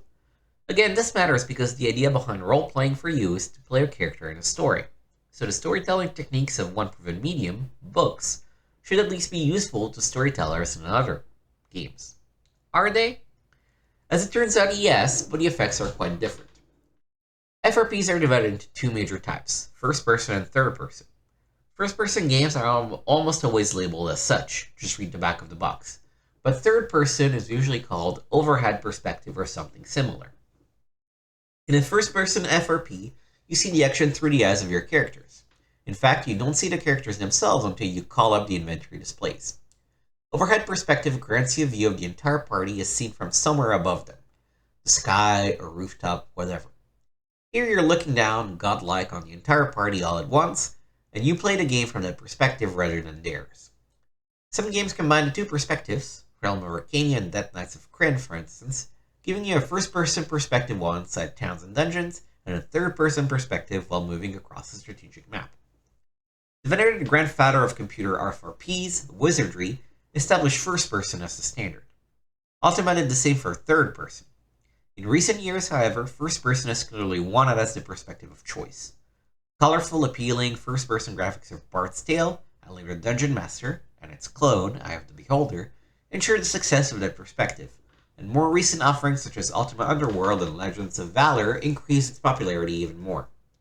And Ultima Underworld beget Doom, and Doom beget Legions. The charm of first person is that it shows you the surroundings through the character's eyes. The disadvantage is that it focuses things so minutely that you can easily lose sight of the storyline. You spend so much time peering around corners and locking doors and investigating every little item you find lying in a corner that the real goals of your quest become secondary. It's almost as if Indiana Jones had spent the bulk of Raiders of the Lost Ark examining and then battling every single snake that appeared, rather than racing through a particular scene and to the next part of the plot. Elsewhere in this issue, I review SSI's Wake of the Ravager, the second installment of the Dark Sun series. It's a good game, very good at times, and like Dark Sun, quite refreshing in its third-person perspective. But for some reason, third-person games tend to get shunted aside in favor of the more popular first-person. From my perspective, it's easier to keep your mind on goals and strategy in a third-person game because you're not forced to spend all your time checking under every doormat for a key. As a result, game elements such as interaction with NPCs or learning where to go next take on a much greater significance. You have to keep concentrating on your mission because if you don't, you end up wandering around looking stupid and losing in the long run. In books, most of the great plots have been told from the third-person perspective, and there's a reason for that. Stories told from the first person quite naturally limit what gets told. They must if they're to be realistic at all. Because no one person can see everything, despite what you guys might tell you, so the stories become highly focused on the characters themselves. Third-person narratives can focus on plot development and the overall structure of the story as a whole.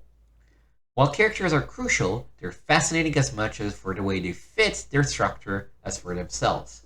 Again, this is oversimplifying, but there it is.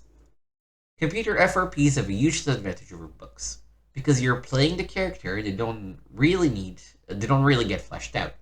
They become pawns at your disposal, and only in the rare and extremely welcome game do they take on personalities. This is especially true of first-person perspectives, where every character viewpoint tends to be identical. This is nearly as true of third-person games, where individual characters can be represented by unique icons, sounds, and features. Third-person games are much more capable than first-person games of giving us worthwhile plots, and that's why I prefer them by considerable margin. I hope the huge popularity of the first-person perspective doesn't stop designers and storytellers from doing more with the third-person perspective. I guess the entry to this column that we should have read is, this month, Neil rolls up his sleeves and tackles one of the most debated topics in role-playing. Which works best as an RPG, the first or third-person perspective? And now, here's Neil. What Neil didn't know is that a nice little game called Baldur's Gate would come out, well, I guess the first release would be 3 years hence. And then the tables would very much flip, and third-person RPGs would become the norm, and first-person RPGs honestly would be more or less limited to either dungeon crawlers, but those were mostly on portable systems, or on Bethesda games. So that's interesting. There was a big shift in perspective. And I guess it makes sense, right? The technology got better and people figured out how to do first person. So it was the whole new rage. And then once people got used to that, and they were like, well, but yeah, third person is more interesting because we can control a party, we can be more tactical with positioning and stuff. So it's interesting, again, there was this, like, shift. Also, it's been very difficult to focus on this column with Space Sirens, the ultimate cyber sex simulator, being posted next to it. I'm surprised it got away with it to a magazine that could be sold to a younger audience. Is there anything about a call toll free to order must be 21 or older? Is there anything else that is like kids go away? No, huh? Oh, interesting. NASCAR racing. Yeah, we saw it. It looked good, honestly. Um, our machine couldn't really handle it the way it was. Um, but we appreciated how it looked like and how smoothly it actually played. What games did Papyrus make? Papyrus games, because I know that they're famous for something, but uh, NASCAR, Grand Prix Legends. Yeah, there was one game, and then they just did NASCAR over and over and over again, huh?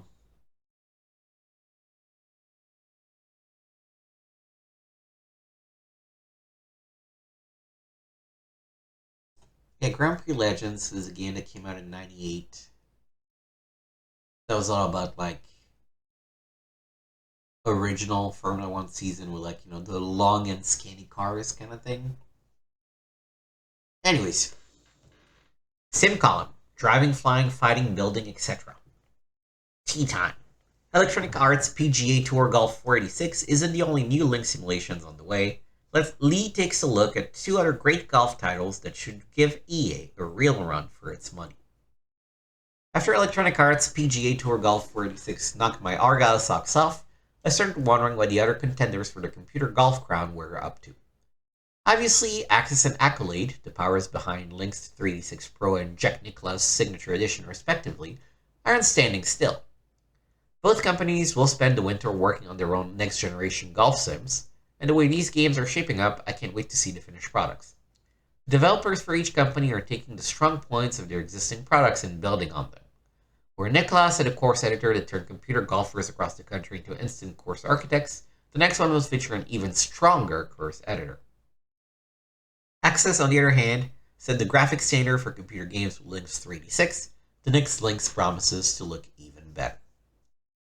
Link's Pentium. Now that Axis is wrapped up under a killing moon, the developers are turning their full attention to the next installment in the next immensely popular Link series.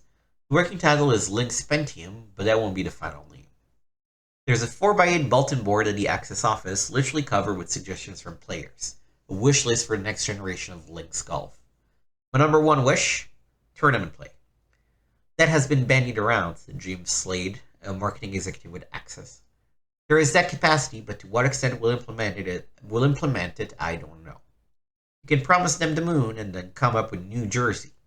There are a lot of things we'd like to do, but some of them are just not physically possible. What will be included in the new links? Here are a few tidbits to whet your appetite. Link's Pentium will have flybys of the entire course as well as tours of the facilities, including the clubhouse. That's inside the clubhouse, mind you. We want to give the ambience of the course itself, Slade said. Golfers like not only mechanics, but the feel of the countryside and the amenities of the club itself. The main game engine will be basically the same. No problem there. If it ain't broke, don't fix it. But if you thought Links couldn't look any more realistic, think again. Links for Pentium will jump from the 640 x 480 resolution of 386 to 1024 x 768. You'll feel like you can reach down and pick up a blade of grass, Slade said. One of the most pleasant features of Link's 386 was the ability to upgrade courses from the original Links, the Challenge of Golf, to the new format. The new Links will also allow players to convert courses from older formats. Of course, some of the new features, the flybys and the clubhouse tours, won't be available on those converted courses. What will it take to run the new Links? Well, it's not being referred to as Link's Pentium for nothing. Actually, Slade said the game will run on the 486, even a 386, but you can expect some slow screen redraws. On a Pentium computer, it will be almost instantaneous. A lot of people are now buying the newer machines, and they want software that can take advantage of that performance, Slade said. The Golden Bear. The developers over at Accolade are well into their own new golf sim, Jet Nicklaus Golf Golden Bear Edition. This one promises to be a lot more than just an upgrade to Nicklaus Signature Edition, an enduring game that still holds up well despite its outdated graphics. While the graphics in Signature Edition can't measure up to those even in Link's 386, that's about to change. The new Jack Sim will run in Windows at a resolution of 640 x 400 with 256 colors, according to Daniel Jung, probably. Director of Product Marketing at Sport Accolade. Why Windows? Almost every new computer system sold in the home market has Windows installed, Jung said. It's the operating system of choice. Accolade will release Golden Bear Edition on the floppy first and on CD-ROM. The floppy version will include 3 sets of player animations, male and female players, and Jack himself. The CD version includes several more, with special animations for Black, Asian, older, and very young golfers. 2 Nicholas designed courses, Colton River and Hilton Head SC and the Country Club in the south of Georgia, will be included in the game. And there will be an improved golf course architect program, though Accolade has yet to decide if it will be included in the game or sold as a separate product. If the course architect program is sold separately, it will be combined with the game in the CD version. The new course builder promises to be a leap ahead of the excellent editor and signature edition. In the older version, you design 18 separate holes. Now you're designing a complete course, so you can zoom into one hole or view the whole course. You'll also be able to cut and paste from one hole to another. So if you like a bunker, you can paste it wherever you like, Jung told me. We're still going with standard stroke play, skins, and match play, he continued. But we're also looking at other games people play on the course, like best ball and scramble, just to make it more fun. While Access will try to push the envelope, Accolade is aiming for a broader audience. Minimum hardware looks to be a 3633 and 4 megs of RAM. And finally, some very good news. Both Link's Pentium and Golden Bear Edition will include modem play. It's about time too, since computer golfing is such an ideal activity for those rainy days. So let me quickly check Access games. Is that them? No, this is an earlier one. Access Software.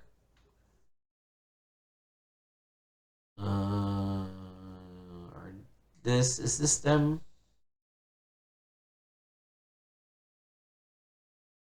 Yeah, it's interesting. They did like Tex Murphy and the Link series, and it's like, I guess it's kind of a weird combo. Huh. They also were the developer of the Microsoft Golf. And yeah, their whole thing is links, Tex Murphy, links, Tex Murphy. And then at the end, they also made the Top Spin games for Xbox. Hmm.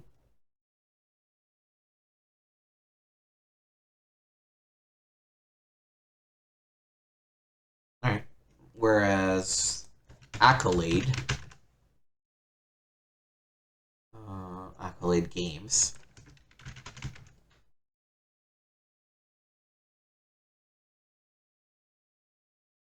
better people behind Hardball, Jack Nicklaus, and Test Drive. I guess it's probably the. And of course, they're also responsible for Bubsy, huh?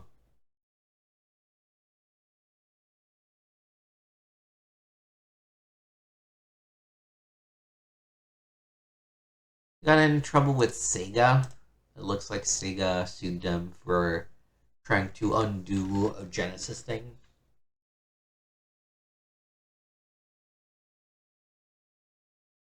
It have a much wider production, mostly on those things, but also some like um for all platforms. They're doing Amiga, they're doing Lynx, they're doing DOS, they're doing a lot of games actually. And by the end, they just did Test Drive, and then they were bought by Infogrames, and at some point they were just probably just absorbed into Ubisoft at that point, or actually I don't know what happened to them. What does Wikipedia say? Yeah, they were so Infogrames was bought by Atari, and then they just got rid of it. All right. Also realized that I forgot to add the background to the required reading like last time. That's because I rolled right into from recording the required demo into recording this one, so I forgot to switch. So apologies for the black bars on the side. We'll have a prettier thing for the next required reading. Extended play. Add-ons, scenario discs, upgrades, bug patches. This month, Tom bears it all by revealing his love for overrated brands from the 70s and space-saving CD-ROM conversions of classic air combat sims. Talk about a split personality. Damon and Dynamics do Desert Island discs. You know the game. You were trapped on a desert island with only 3 CDs. Remember when it was albums? What would they be? For me, it was a tough call, but I always narrowed it down to Lennon's Plastic Ono Band, Sabbath's Sabbath Bloody Sabbath, and Floyd's Wish You Were Here. But hell, the albums you'd have to leave behind would hurt bad. What if those Desert Island CDs were CD-ROMs? Were there any that I just couldn't live without? Well, there are now, thanks to Dynamics. My 3 Desert Island CD-ROMs are all from Damon Sly's Great Warplane series, featuring Aces of the Pacific, Aces over Europe, and Red Baron with A-Tank Tank Killer. At least until Civilization CD-ROM comes out. And man, they are killers. We're gonna get something straight here. These are some of the best fight simulators ever created. Period. End of subject. And sit down, all of you Falcon 3.0ers. Granted, every single nuance of every plane isn't modeled down to the micron and millisecond, but what other sims have wrapped beautiful graphics and lush sound in a package featuring a stunning range of action, a perfect career mode, incredibly evocative historical missions, and some of the smoothest control ever available? And all these 3 discs have it all, demanding only a modest amount of hard drive space, and even come with online Windows manuals. Complete with Illos? Is that, I don't know if there's a smudge on my screen, but yeah, it looks like Illos. I don't know what that means. Don't worry, printed manuals are also included. First off the block is the full Red Baron package, including a solid mission builder and graphics that still look good after several years. Fly any of the 33 fragile aircraft from the Great War from either the English or German side. Go balloon busted. Take controls from Captain Roy Brown and flame the Red Baron. Knock a lumbering Zeppelin from the sky. More than that, the Red Baron CD comes bundled with complete A-10 Tank Killer as a bonus. This one shows its age graphically a little more than Baron, but the Warthog is one mean machine and the sim is still a lot of fun. If World War II action is more your speed, both Aces of the Pacific and Aces over Europe deliver in spades. The Ace of the Pacific CD includes all of the planes and hypothetical missions found on the World War II 1946 add-on disc. From Pearl Harbor to the planned but never executed invasion of Japan, this one never stops and is still my personal favorite among the great warplanes games. That's not to say Aces over Europe isn't a standout program.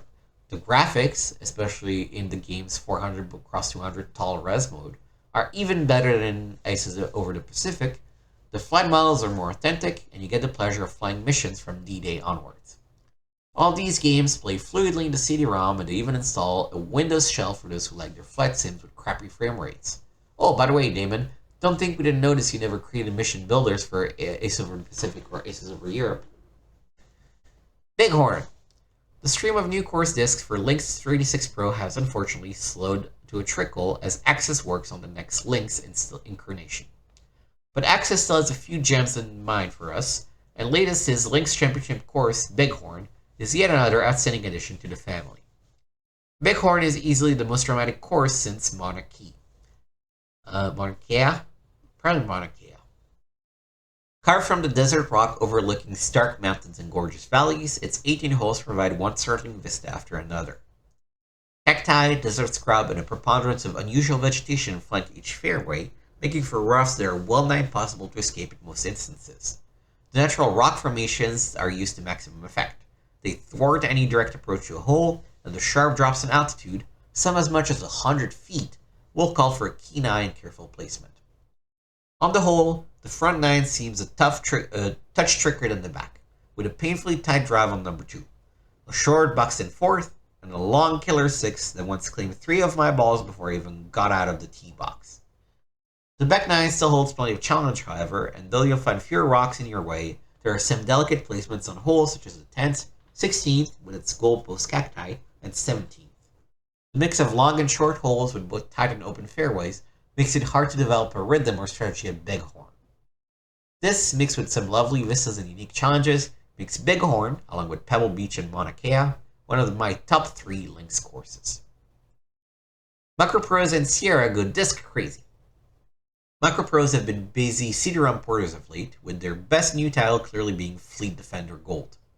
The sharp, effective simulation of the F-14 Tomcat has not only been brought to CD-ROM, but has been given a terrific number of enhancements. Video and audio footage from both the Department of Defense and Aviation Week, including a dramatic MiG or MiG shoot-down, complete with cursing pilots.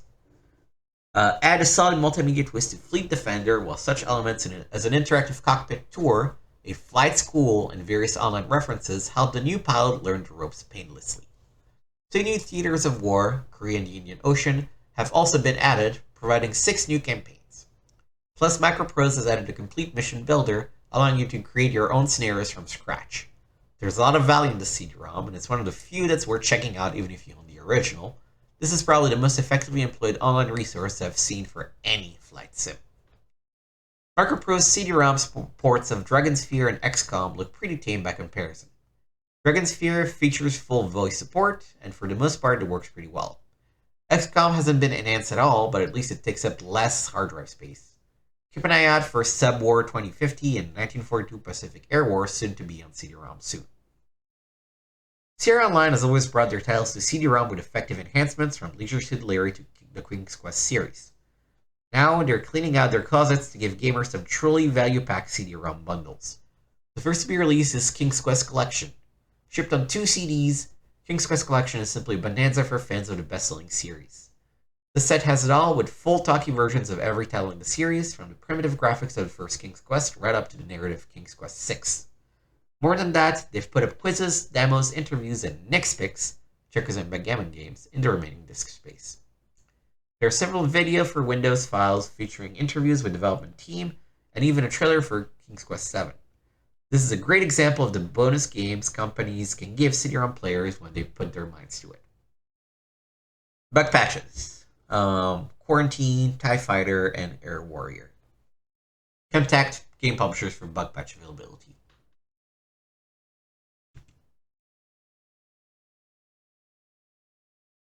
Peripheral visions. Joysticks, sound cards, add-on speakers, you name it. 2 sticks and some pedals.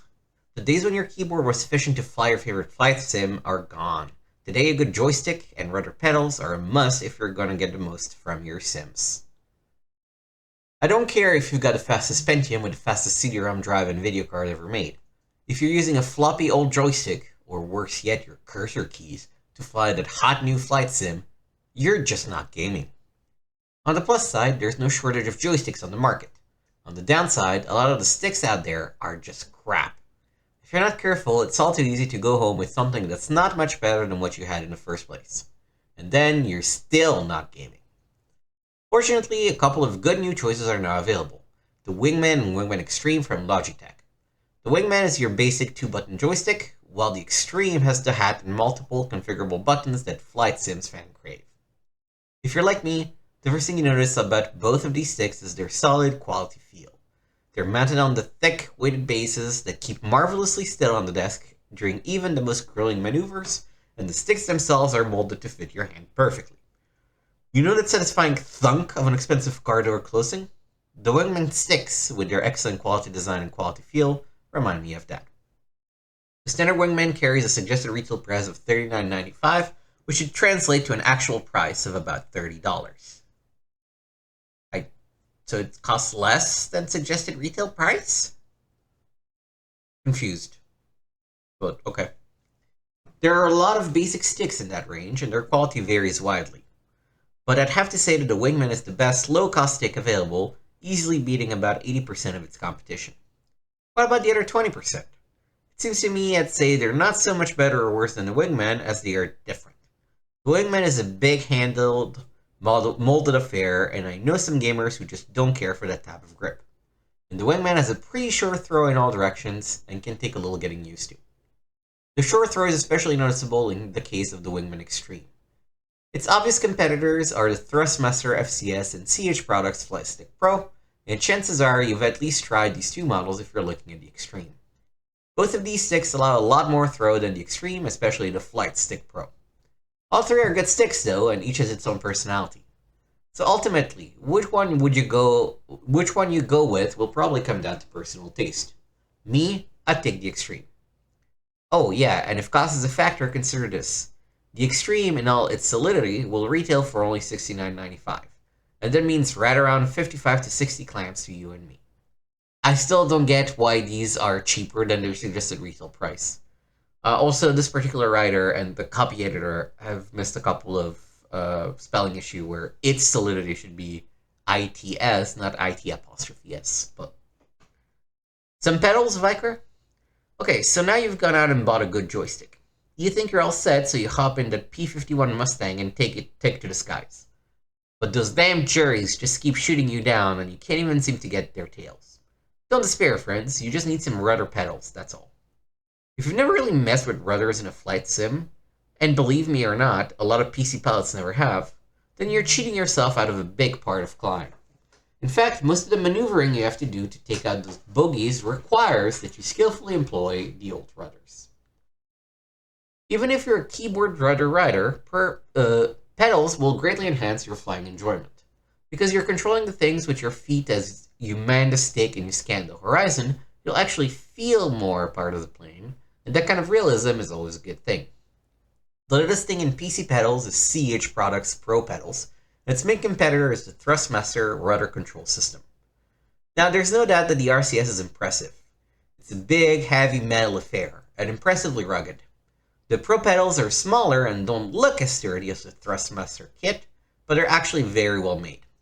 If you use the RCS, you'll notice, and at first dislike, the fact that the foot pads on the Pro pedals are much closer together than on the RCS. But stick it out because you'll get used to it pretty quickly, and once you do, you'll find the Pro pedals feel really good. Because the CH pedals are much smaller, they'll fit underneath just about anyone's computer desk. The width of the Thrustmaster pedals provides stability, but it can be tough finding enough room for them. So from a practical standpoint, the Pro pedals have a bit of an edge. But there's an area where the Pro pedal CH wins hands down. In addition to sliding back and forth for use as rudder controls, each of the foot pads on the Pro pedals can be depressed and thus used as gas and brake pedal combo in racing sims like IndyCar Racing, NASCAR Racing, and World Circuit. They still slide back and forth when you're using them in this way, though. Some kind of lockdown mechanism would have been nice, but again, you'll get used to it. The Pro pedals carry an MSRP of $139.95, money well spent if convenient realism is your desire.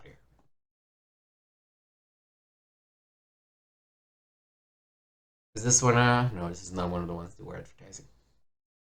Tim's Tech Shop, Hardware Peripherals Technologies. CD-ROM drives, the basics. With a push towards CD-ROM and the PC Gamer CD-ROM edition, Tim's been getting a lot of mail from eager CD-ROM buyers looking for guidance. It looks like CD-ROM has finally made it. Browsing around in computer stores, it seems that every PC that costs more than $1,000 includes a CD-ROM drive. And that makes sense. Popular games like Myst and Rebel Assault are only available on CD-ROM, and some game publishers have publicly discussed plans to abandon floppy-based games completely.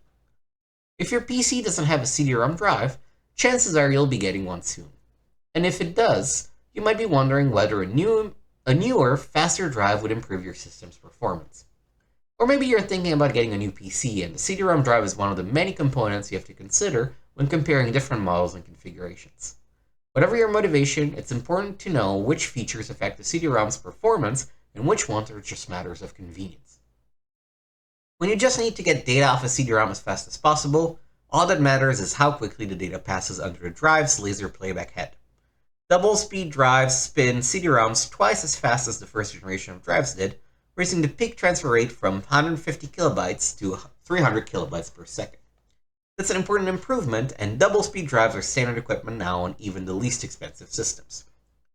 It might seem that if the disk spins even faster, your programs will run even more quickly. But that's not always true.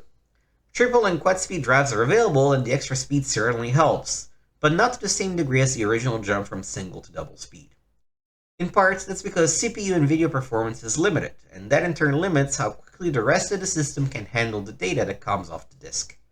Besides, most software designers have worked hard to make their CD-ROMs run well on single and double speed drives, and in many cases the programs just don't need a faster drive to run smoothly. It's funny that we're going to get to like 48 and 52 times the speed. And those numbers, you just don't even think about them by the time the mid-aughts come around. But yeah, that's what it means, is that there was sort of a standard speed and they double that. And so instead of talking about the speed itself, everything just became a multiple of the original speed. While disk speeds have attracted a lot of attention, a drive's seek time is at least as important as its raw data transfer rate, as far as games and interactive multimedia are concerned. 23. What's seek time? As you play a CD-ROM-based game, the drive is to skip around to fetch data from different parts of the disk. The seek time measures how quickly it can move from one place to another, and the current drive's seek time range from less than 200 milliseconds to over half a second. So a CD-ROM drive often takes more time to seek over to the next chunk of data than it does to read the data once it gets there. Since the drive can't read any data at all during this time, a fast seek time is crucial to avoid dead time in interactive programs. CD-ROM drives also have different amounts of buffer memory inside, between 32 kilobytes and 1 megabyte of RAM. These buffers store data from the disk before it goes to the CPU. Large buffers don't seem to make a big difference in benchmarks that measure drive performance, but these benchmarks measure raw speed rather than smoothness. A large RAM buffer hasn't been shown to be a big factor in performance, but it's part of the package when you look at higher priced drives, and it can't possibly hurt. There are some other compatibility issues that don't affect the drive speed per se, but they're important for certain applications. To read images of a Kodak photo CD disc, the drive has to be able to handle discs that use the CD-ROM/a.k.a. format in multi-session recording. Almost all do nowadays, but it's worth your while to look for photo CD compatibility to be sure. As far as performance factors go, that's about it. But another important thing to consider is the drive's interface. It doesn't matter whether a drive uses SCSI, IDE, or some proprietary interface to connect to the rest of the PC, since CD-ROM drives aren't fast enough to test the throughput limits of any of these interfaces. On most multimedia PCs, the CD-ROM drive connects to a controller port on the sound card, so it might be best to look for an interface that's compatible with the sound card you want to use. But the interface of the future is probably IDE, the same connection that's used to attach to the hard disk in most PCs. The new enhanced IDE standard includes an AT attachment packet interface for hanging CD-ROMs, tape drives, and other components on an IDE cable, which eliminates the need for separate CD-ROM controller cards. The SCSI interface is the standard for attaching hard drives on Macintoshes and engineering workstations, and top-of-the-line CD-ROM drives have traditionally employed the SCSI interface, so SCSI enjoys a certain amount of snob appeal. If you already have an SCSI hard disk in your PC, or if your sound card includes an SCSI host interface, then you're all set. Otherwise, you can expect to pay at least $70 extra for even a cheap interface card to go with an SCSI drive. In comparison, some of the least expensive CD-ROM drives includes a proprietary non-SCSI interface card at no cost. For between $150 and $200, you can get a double-speed drive with a seek time of around 300 milliseconds and a proprietary interface. It'll work reasonably well with any CD-ROM game around, and you'll have the satisfaction of knowing that you didn't pay any more for the drive than you had to.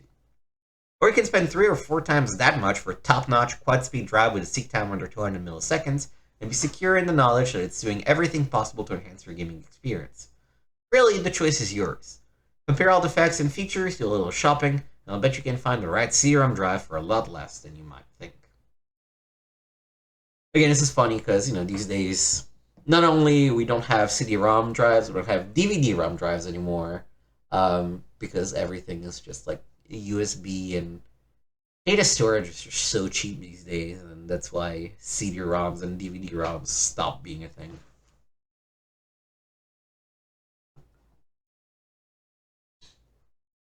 Oh, the Pro pedals, yeah.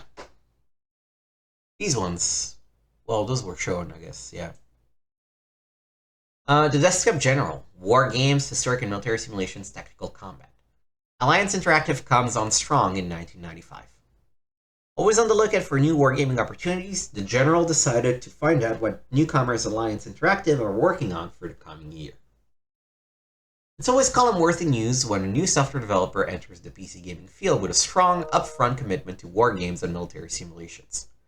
Since its founding in January 1994, Alliance Interactive Software Incorporated has attempted to establish a solid market presence by issuing budget-priced edition of some late 80s simulations that originally appeared on the Epic's trademark. Sub Battle, Fokker Triplane, and PT Boat. Not great stuff, but not awful. And by issuing an enlarged and improved versions of Harpoon Classic for DOS CD-ROM and Windows CD-ROM.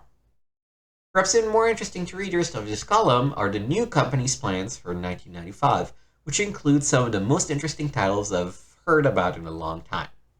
Recently, I interviewed Alliance founder and CEO Gordon Walton to give some insight on what makes the new company tick and what its goals are in the field of wargaming. Walton has gathered an impressive roster of talent at Alliance's Plantation, Florida headquarters, including experienced developers and designers who have worked for such industry leaders as Dynamics, Brothermund, Electronic Arts, and 360. Walton is especially happy to have enlisted as marketing director Mr. Steve Green, formerly CEO of Mallard Software and one of the industry's most savvy experts on the flight sim genre. As for Walton himself, his credentials are impressive. He's been a computer game designer since 1978 and has worked on such respected games as Orbiter and PT-109 for Spectrum Holobyte, Sub-Battle for Epix, and the original Harpoon for 360. On the now legendary Birth Pangs of that game, Walton recalled, "That was my first big wargame product and it was brutal. By the time the struggle was over, I frankly didn't think it would sell more than 30,000 copies. I was, of course, quite wrong." His ambition for Alliance Software is not modest. Within 3 years, we intend to be the industry leader in both strategic games and simulations. Our first goal is to publish high-quality software. Of course, everybody says that. But the other goal is to make sure software is readily accessible to the broadest range of players. Walton sees the PC gaming market expanding on all sides as sexy new technology lures previously resistant customers and as the first generation of Nintendo fans graduates to the PC platform. I think both the simulations and the strategy genres have grown a bit stale and cater too much to the high-end players. We're going to publish products that will appeal to entry-level players while still satisfying the grog nerds. It's a fine line, of course, but with our combined experience, we're confident we can do it. Take flight simulations, which Walton cited by way of example. They've become so complex with such steep learning curves that they scare away as many players as they attract. Two of Alliance's 1995 releases will focus on the situation in particular. One for experienced flight sim pilots will be Air Warrior 2, marketed in partnership with Skesmai. It'll be a much enhanced version of the already successful SVGA Air Warrior. The other, Sky Warrior, will be a unique entry-level sim based on the real-life laser tag aerial combat school of the same name, which has been extensively covered recently on various television news programs. Turning from the sky to the sea, Alliance will also publish War Patrol, a World War II submarine simulation that will incorporate the Harpoon Battleset system to recreate campaigns in both the Atlantic and the Pacific. It will also be the first submarine sim to pay serious attention to the Japanese subfleet. Their I-boats, for instance, were pretty good weapons, but they never achieved what they should have been because the Imperial Navy had such a poor doctrine of submarine warfare. Also coming in 1995 is Big 3, a World War II game of grand strategy that allows the player to make sweeping strategic decisions and put whole armies in motion. The game does not go down to the regimental level of detail, but it will not lack drama or action, Walton promised. Perhaps the biggest Alliance title for 1995 is one that Walton was reluctant to discuss in much detail. Just the basic description, Harpoon for World War II. It's enough to whet most gamers' appetites, however. The title is Command at Sea, and it's based on a just-completed rule set devised by the inimitable Larry Bond, who is, in this columnist's opinion, is the best practitioner of the military thriller literary genre. Finally, I asked Walton about the PC version of TAC Ops, a professionally developed game of modern tactical combat from Arsenal Publishing, one of Alliance's affiliate companies. Having read a lot of favorable comments about the Mac version of TAC Ops, already being hailed as the Harpoon of small unit combat games, I had long been anxious to get my hands on the PC version. Unfortunately, the Windows version has slipped and is not expected until the second quarter of 1995. It'll be worth waiting for, though, because its realism and authenticity are outstanding. We're very proud of that game. From what I've learned about Alliance's ambitious product lineup, and from CEO Walton's obvious enthusiasm and commitment to the wargaming genre, I would say that Alliance will have a lot to be proud of in the coming year. Stay tuned. I was curious to look at Alliance Interactive Software. Interactive Software.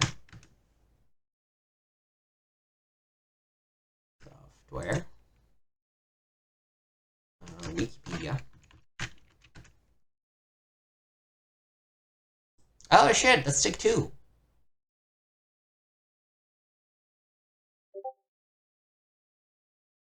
Is it Tick 2? Take-Two Interactive was found.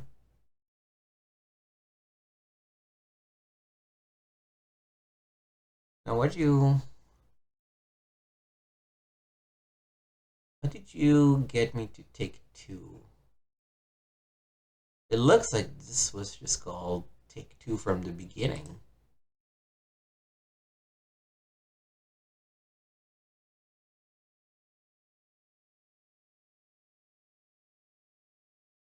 It's interactive software, Harpoon.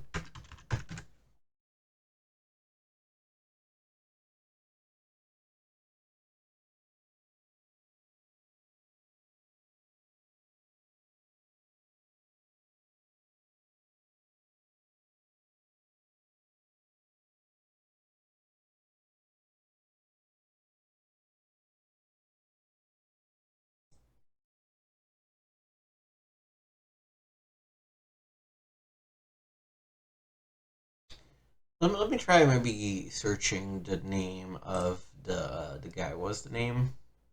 Gordon Walton.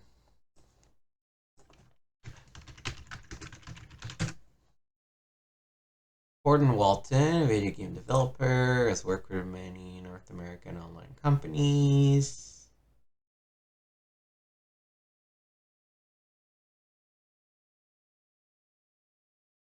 Oh gee, he helped do a lot of stuff.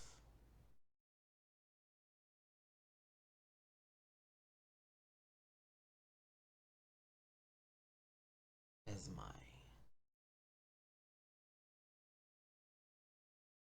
He's talking about Air Warrior here, but he's saying it's made by Kesmai.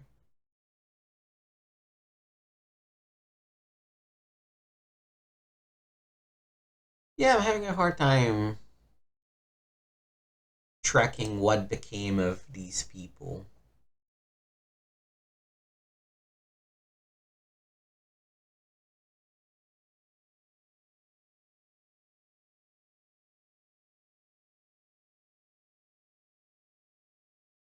Sky Warrior game.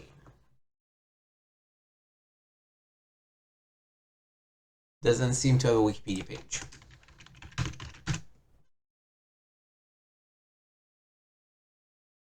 Definitely not a mobile game.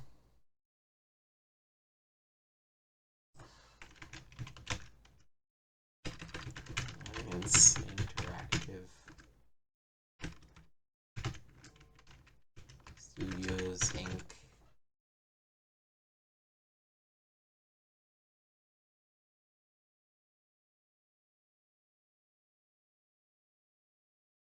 Okay, let me just straight up ask Google. Was Take-Two originally called Alliance Interactive Studios?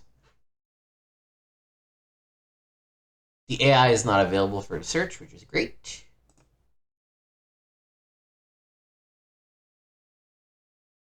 No, because Take-Two was incorporated in 93. It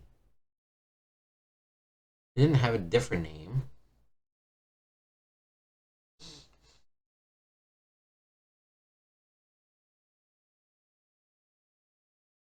Alliance Interactive Software.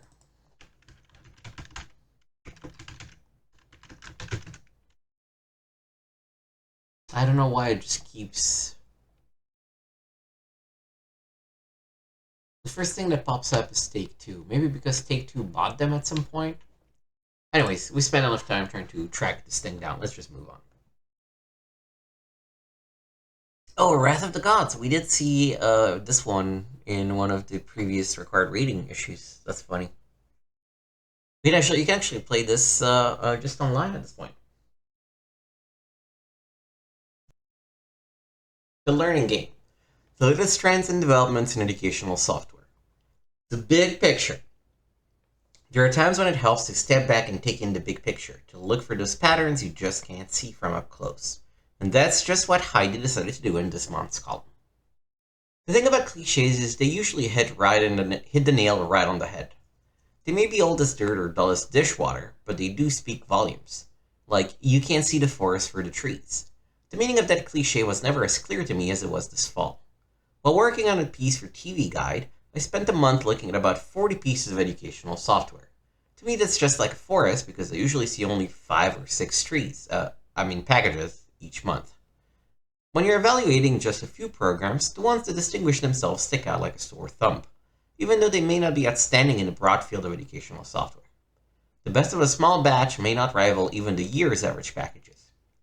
I always try to put the educational titles I review in perspective, comparing them to older packages to see how they measure up, and not noting any trends that might indicate the kind of advances we can hope for in the future. But after wandering through that forest, I think that now I can do a better job. First, I can do a better job because I've seen some nearly perfect titles. Some are enormous programs that take up most of a CD-ROM, others are small, but each of these prime specimens work beautifully in every way. The CD-ROM version of The Way Things Work, for example, is perhaps the best software, educational or otherwise, I've ever seen. Better than Tetris seemed so many moons ago. Better than SimCity when I first saw it. Better than Lemmings, The Incredible Machine, Populous, or Kid Pix when they were new. These were the groundbreakers, the darlings, and the shining stars of the industry. And here's another. The Way Things Work, from Doris Kindersley Multimedia, is based on David Macaulay's popular book about machines and the scientific principles underlying them, and built on a hypermedia engine. The Way Things Work lets users explore topics in a number of different ways, from many angles. Each screen will appeal to people who learn best by reading about a concept, as well as people who need to see a concept at work. Consider the section on the pulley, for example. After reading how the pulley works, I moved on to the insert picture labeled Single and Compound Pulleys. When I clicked on a single pulley, the machine raised a small weight, and then the program showed how the distance pulled on one side was equal to the distance the weight was raised on the other. Clicking on a compound pulley showed how the distance pulled on one side was greater than the distance the weight was raised. After closing that picture, I opened another which explained the greater difference between the distance pulled and the distance the weight was raised, the less effort was required.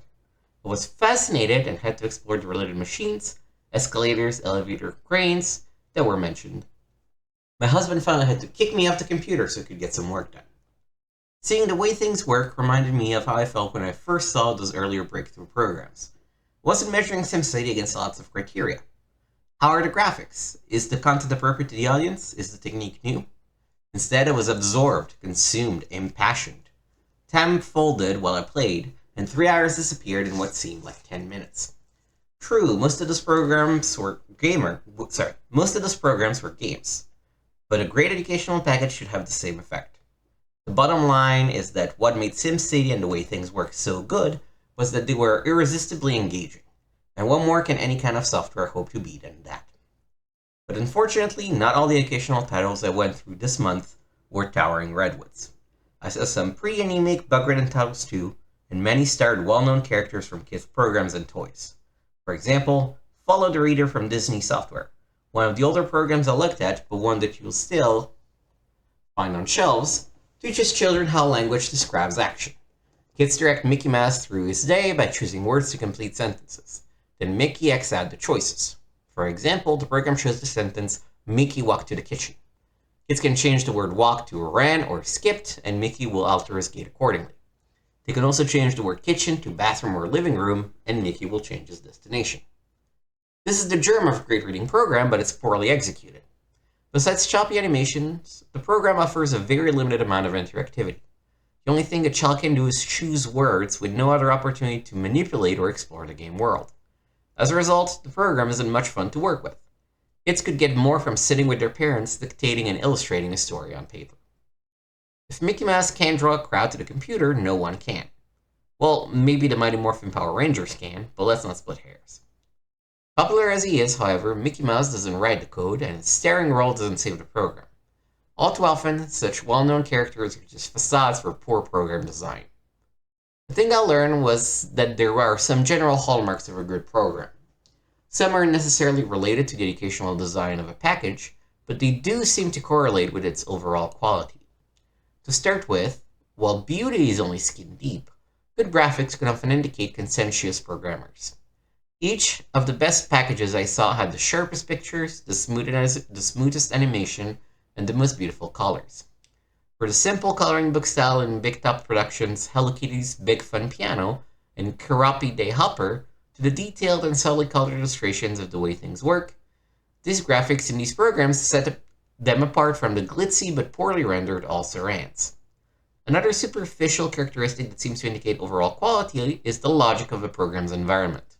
Does the plot make sense? Do objects and characters move around predictably?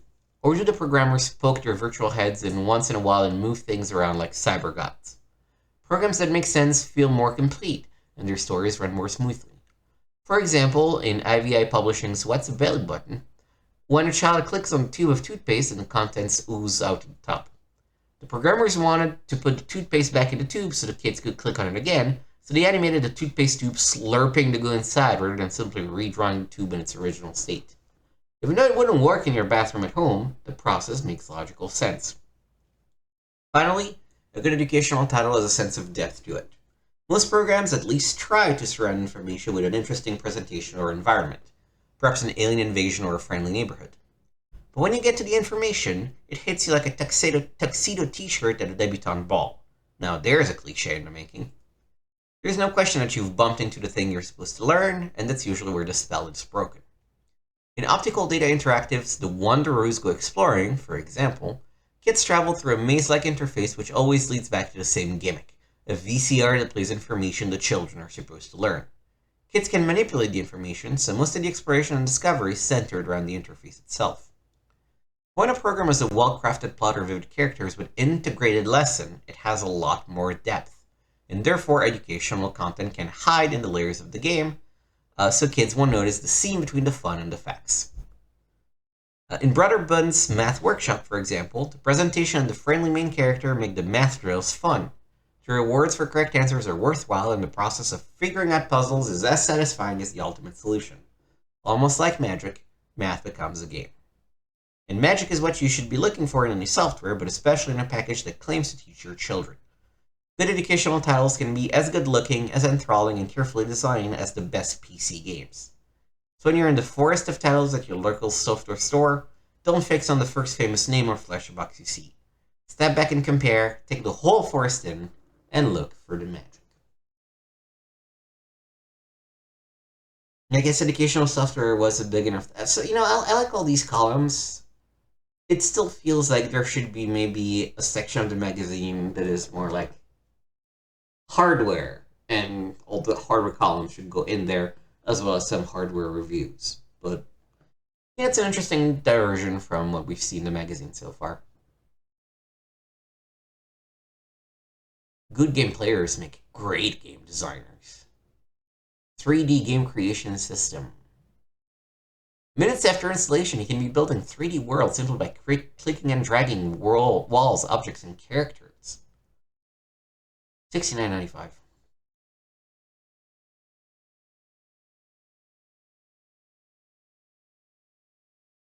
What does information from advertisers mean?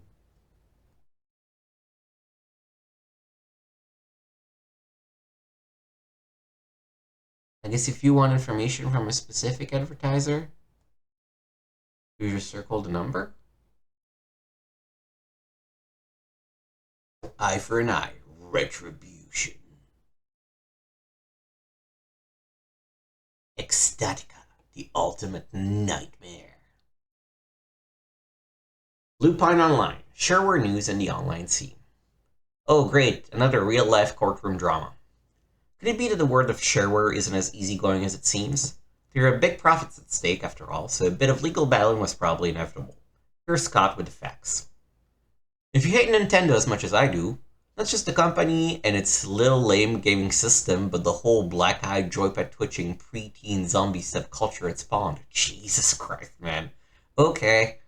You're probably blissfully unaware that there are actually a handful of titles for the cursed system that are more than just a waste of time, silicon, and $50. One of these not-too-awful games is Mario Super Plumber Mobile. It's really called Mario Kart to editors.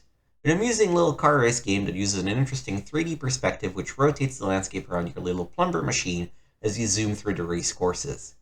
It's a nice change of pace from all the tedious platform games that used to dominate Nintendo land, and if a federal judge forced me to own a Nintendo product, I'd certainly consider this one. About a month ago, while I was lurking around American Online, I noticed a shareware demo of something called Scunny Cart from Copysoft. Featured copies of Scunny Squirrel's character, the star of 5 other copies of games, in a very Mario Kart-like racing games for the PC. I downloaded it immediately and plan to feature it here for all you Wolflings. Then I noticed a print ad for Apogee's newest game, Wacky Wheels, which looked remarkably similar to Scunny Kart. The shareware demo wasn't available yet, so I called Apogee and learned that the similarities between Scunny Kart and Wacky Wheels were more than just skin deep, and that all was not well in shareware land. According to Apogee president Scott Miller, Apogee approached Philippe Mercier, chairman of the Belgian Copysoft, in early 1994 about the game Copysoft was developing, then titled Wacky Karts. Apogee began negotiating with Copysoft to obtain the right to publish the game using Apogee's established shareware model. Several weeks later, with negotiations still in progress, Apogee was contacted by one of the authors of Wacky Karts, who stated that he and his programming partner wished to leave Copysoft and work directly with Apogee. They apparently didn't get along well with Mercier and resented the fact that their contract did not pay them royalties for their work. The two authors, Sean Gadala and Andy Edwardson, paid back the money they borrowed from Copysoft, £25,000, which is some kind of English money. Jesus Christ, man. This guy, I'm gonna hate this guy. This guy is just all attitude. Look at me, I'm so cool. Jackass. To buy their way out of the contract, then entered into an agreement with Apogee to release their game. Near the end of September, Apogee learned that Copysoft had allegedly violated their agreement with the two authors, now under agreement with Apogee, by using their original code with minor additions in the newly titled Scunny Kart. They hired an international attorney and intend to file suit against Copysoft. But Copysoft David Snell tells a much different story. We've been developing Scunny Kart, formerly Wacky Kart, for about 16 months now, and if you search the IBM file library or either CIS or AOL, you'll find that a demo was uploaded in December of '93. During the development process, Philippe Mercier began contractual discussions with Apogee to have them publish the game. In the final days of the discussion, Kadala and Edwardson decided to cease development of the game unless they were granted 30% royalties on it. This was not in their contract and Copysoft declined, so the programmers took their work over to Apogee, where they presumably got a better deal, despite the fact that their contract states that all games, tools, and associated source code produced and written while under contract to Copysoft will remain the sole property of Copysoft. We are awaiting a court date in the UK to get our equipment back from the developers and to sue for damages, Snell says. In an attempt to avoid a court hearing, Kadala and Edwardson sent Copysoft a check for £25,000, which we placed in escrow as partial payment of damages. We informed them that the case would still go to court, but these programmers told Apogee that the payment brought off their contract and the game's right from Copysoft. We continued to develop the game without them, and we've now had a finished product in the marketplace for about 6 weeks. Apogee has attempted to thwart our release at every turn by claiming that it's illegal, but they have yet to produce any verifiable document showing this to be true. Unfortunately, their industry position was powerful enough to have Scunny Kart pulled from AOL and CIS by simply saying our code belonged to them. Wait! According to Snell, there's more.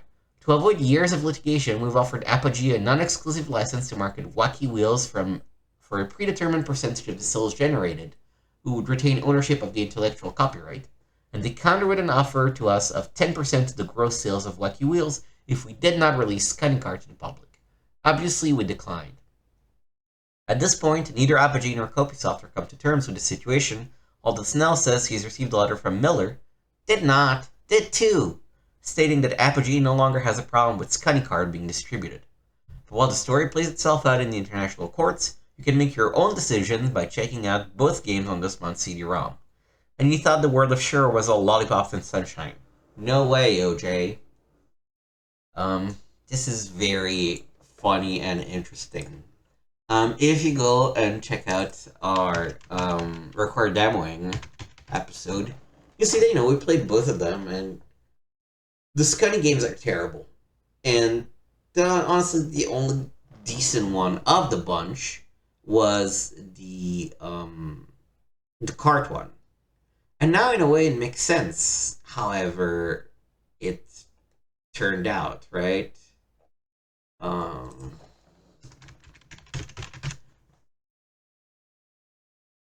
So, funnily enough, Copysoft does not have a page, but Wacky Wheels does have it.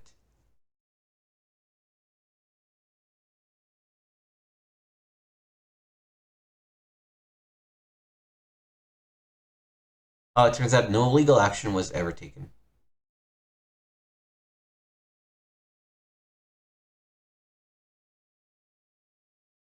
So Wikipedia says developers Edwardson and Gadala of Wacky Wheels were inspired by Super Mario Kart and wished to create a similar experience on the personal computer.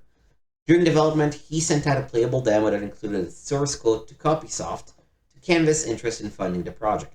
They rejected it, and instead Apogee began funding development. However, just prior to the release of Wacky Wheels, Copysoft released a similar game titled Scunny Kart. Edwardson and Gadala accused Copysoft of copyright infringement, noting the similarity in the games, but no legal action was ever taken. Huh. I guess we will never know what happened here, huh?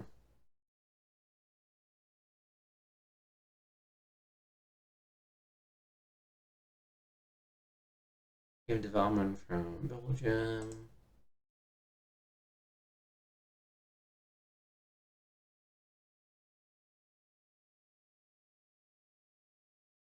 Yeah.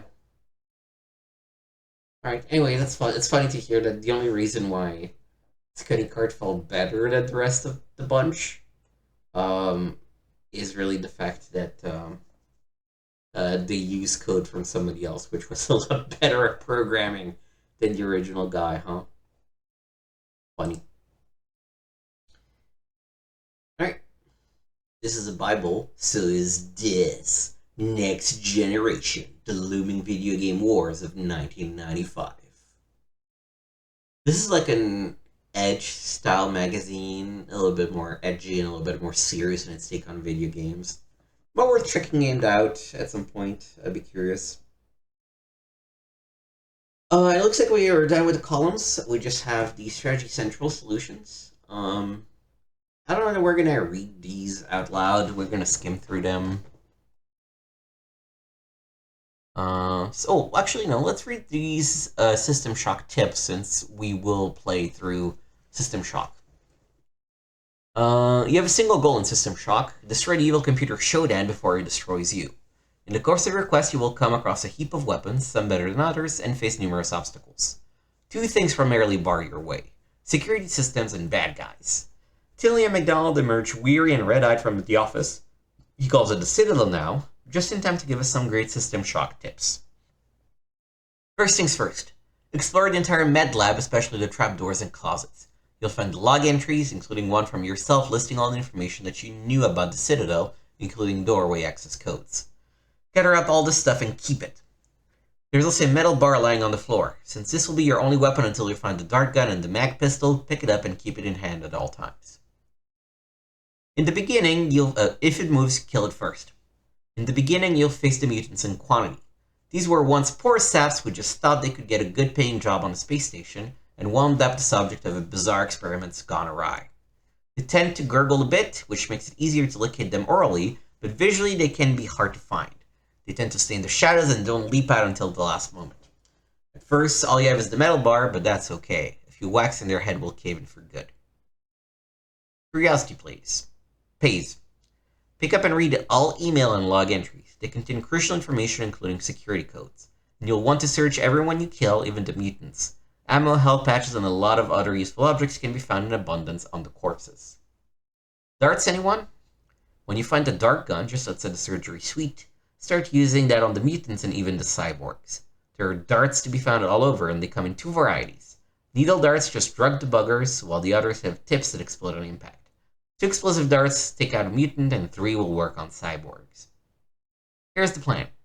When you get to the far side of level 1, where the hopping security robot will kill you a few times, look for a blue plate set on the floor. Step on this plate to travel to a lower level viewing station. Look for a switch along the bottom of the wall and throw it. This activates the plate at the center of the room. Step on it and it will lift you up a kind of viewing alcove where you can take a peek at a bank of computers, but the important thing here is the puzzle.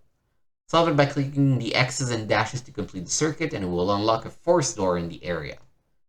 If you're playing with puzzles on, it's the only way to continue. Past the force door, you'll find a sort of storage area and clinic for cyborgs. In one of these rooms, you'll find a tiny recess with a human outline on the wall. This converts people into cyborgs when they die.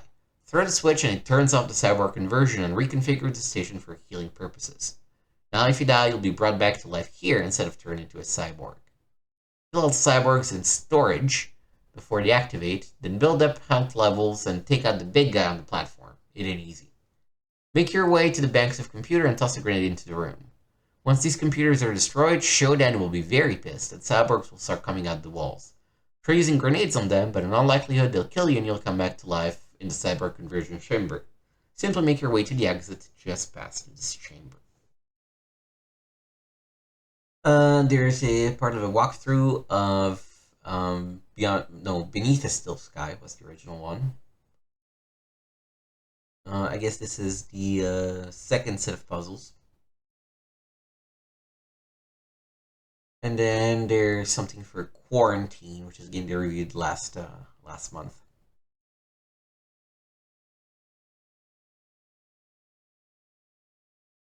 Oh, that's funny. This is literally a key gen, essentially.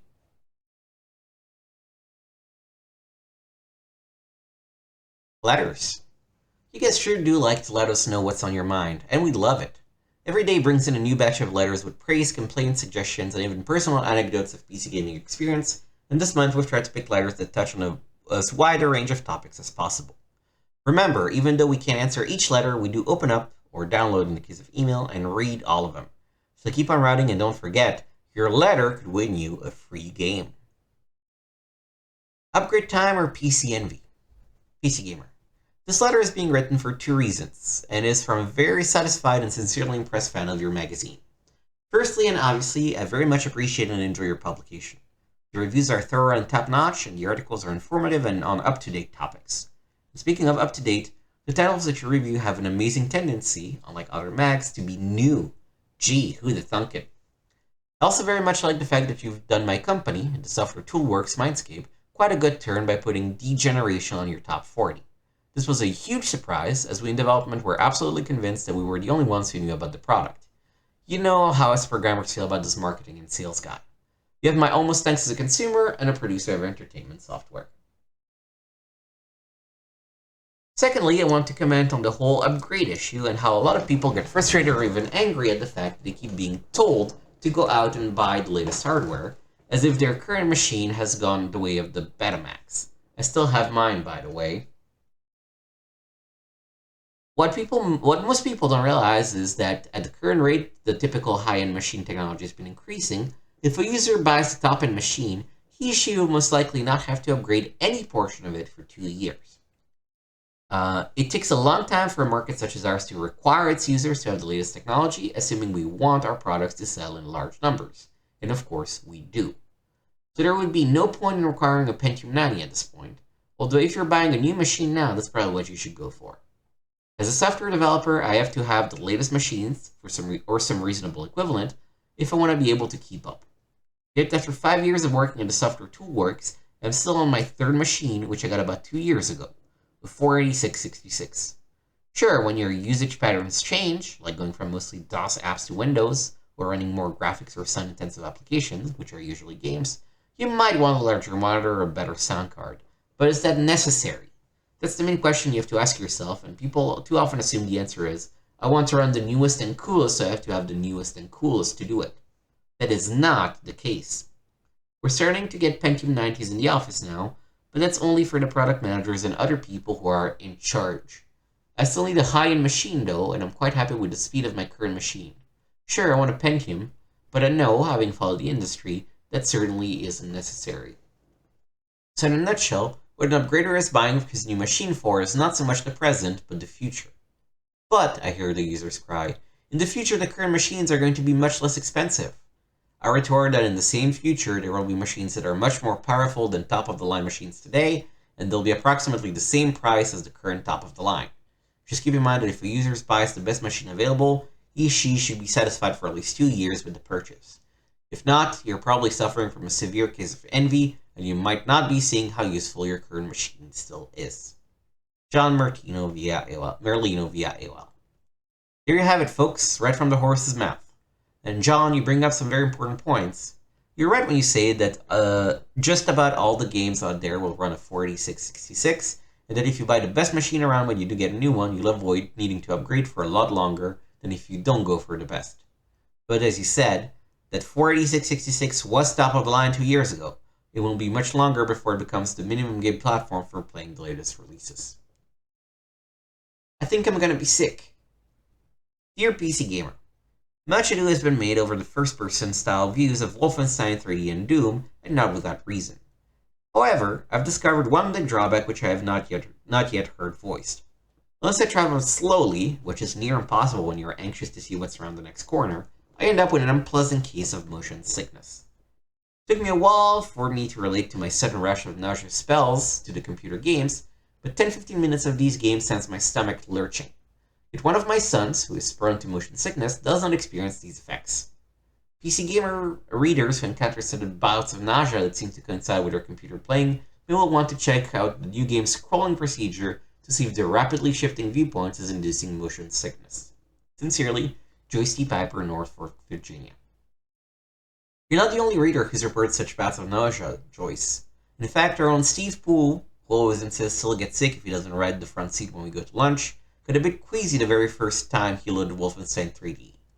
And Todd Vaughn reported a bit of the old sour stomach while playing through a particularly nasty segment of Dark Forces. In either case, did it keep them from playing more though, and eventually they got used to it. Where we really expect to see the sickness thing become an issue is virtual reality settings. Imagine moving through those corridors in Doom, the scene bopping up and down to simulate walking, but all you can see is the view ahead and you're sitting down all the time. In the end, first-person PC games will probably be a lot like roller coasters. Unbeatable fun for those who can take all the action, but best avoided by those who can't. Yeah, it's funny, this is still the issue that I personally have with VR today, despite all the technological advancements and whatnot. I wonder if it's a field of view thing and they just didn't know it at the time, but fascinating. The games, they are changing. Dear PC Gamer, I'm a long-time subscriber and I love what you're doing. I look forward to reading PC Gamer as much as I do buying and playing the games you review. Your rating system is the best. I can scan the final verdict boxes and then spend time reading only about those games that really interest me. You also have a good mixture of reviews and advertisements, and I enjoy both. After I decide I really like a game, I want to know what the street price is and if it's available yet. I'm glad to see several mail order ads which answer both questions. My only gripe isn't even with your magazine, rather with my perception that game developers need to be more creative or imaginative. Almost every game is either a simulator where you fly something, an action-adventure where you shoot something, or a role player where you find something. Enough with the castles and space creatures. The Incredible Machine was a good example of something a little different, and SimCity was also a very creative idea. But that too has been overdone. I don't have any good suggestions, but then again, I'm not making the big bucks developing software. Yours truly, Donald L. Booker, Houston, Texas. We certainly agree with you that there's room for some new approaches to PC gaming. When fresh concepts like Populous or Tetris come along, everyone benefits. Naturally, other designers begin looking at the successful new ideas in hopes of capitalizing on it. Pretty soon, though, the market can get lousy with poor imitations, and all of a sudden, the fresh idea is old and overused. There's another thing to keep in mind. Genres like Flight Sim and RPGs are crowded because they're popular. An awful lot of people love specific categories of games and will buy damn near every new title of that kind that comes out. From the developer's point of view, designing a new title that falls within an established genre makes good financial sense. It's a lot riskier to try something new and unproven, although if it works, the payoff can be enormous. Faster, faster. Dear PC Gamer, I'm very disappointed in the way game companies don't really realize games for those fast computers out there. Don't really release games for those fast computers out there.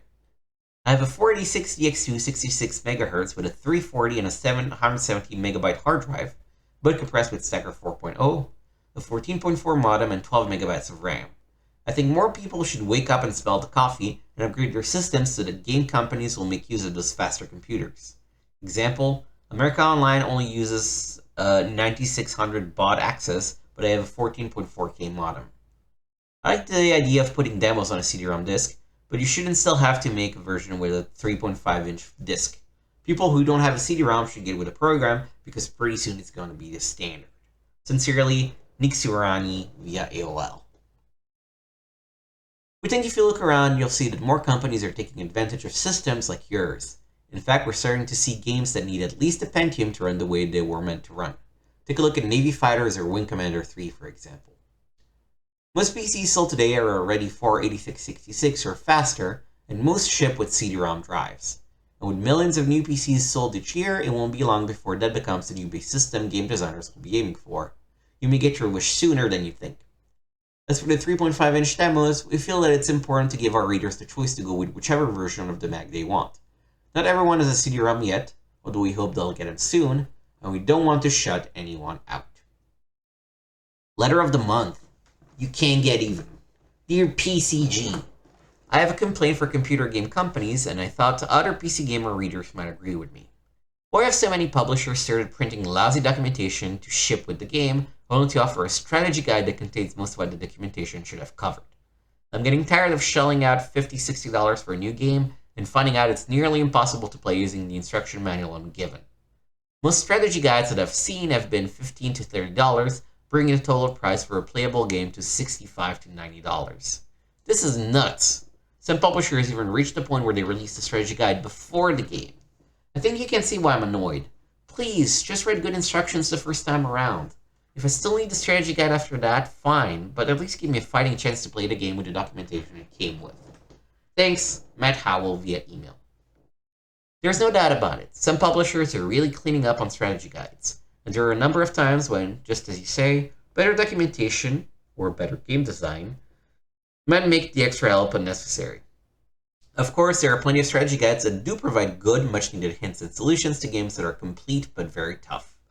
Those guides provide a welcome service. Unfortunately, many don't. Would be interested in hearing from other readers on the subject. Welcome to the jungle. Hello. Well, I finally got around to writing a letter of appreciation. I have never written fan mails to consider this a great compliment. It has only been the last 6 months since I left the 16-bit world of Nintendo and Genesis. Since your magazine has been on sale, I'm no longer lost in this new and not so well-charted world of computer gaming. It's not just the fact that you let the curious test drive new products, but also the way you appear to go out on a limb to give fair and often unpopular, I'm sure, opinions of the games you review. So sometimes I wonder what your magazine's criteria is to accept the game demos on the disc. By the way, thank you for reducing the cost of your mag. Not that I would have missed one issue at the old price, but it definitely makes you feel like you've got your money's worth. Also, write in your mag that soon a CD version of the demo will be on the way. If that's the case, I can't wait to see what happens when I shut the door of my drive with your demo in it. If it's anything like the satisfaction I get from your magazine, my next letter will be asking if you're selling stock. CD you soon, Lawrence Henkel via AOL. That was a nice affirmation. And as for how we pick demos, here's the deal. On the floppy, we're limited because, obviously, we only have 1.44 megabytes to work with. So we try to choose either a demo we feel will be an important title that our readers will want the chance to evaluate for themselves, or one we think is just a lot of fun. On the CD-ROM, we can include a lot more stuff. Our goal there is to bring you absolutely everything we can get our hands on, because we know that the best way for you to decide whether you want to buy a game is to try it out and see what it's like, and to read the PC Gamer review. The way we see it, the more you have to choose from, the better. Sound advice. Dear PC Gamer, about a year ago when I was installing a game called Chessmaster 3000, I was asked what sound card I had. At the time, I didn't know what a sound card was, so I just chose PC Speaker. When I learned what a sound card was, though, I decided to buy one. So I ran the install program again to look at the list of sound cards. I decided on an ad-lib, so I called a bunch of places to see if they had them. None of them did.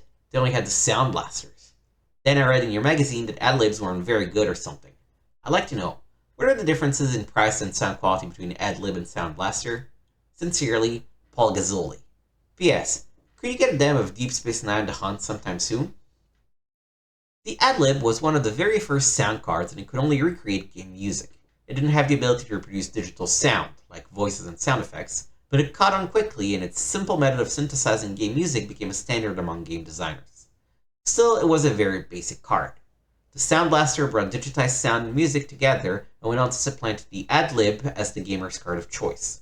It's still the most widely recognized card, and it's a lot better than when it first appeared. Ad-lib isn't even around anymore, although ad-lib is mentioned as one of your music options in many new titles. And yeah, we'll try to get a demo of Deep Space Nine The Hunt if we can. We've heard that Paramount Interactive, the company behind Deep Space Nine, has pretty much closed up shop. Will they be back? Will the game ever come out? We'll let you know as soon as we hear anything more. Getting it right the first time.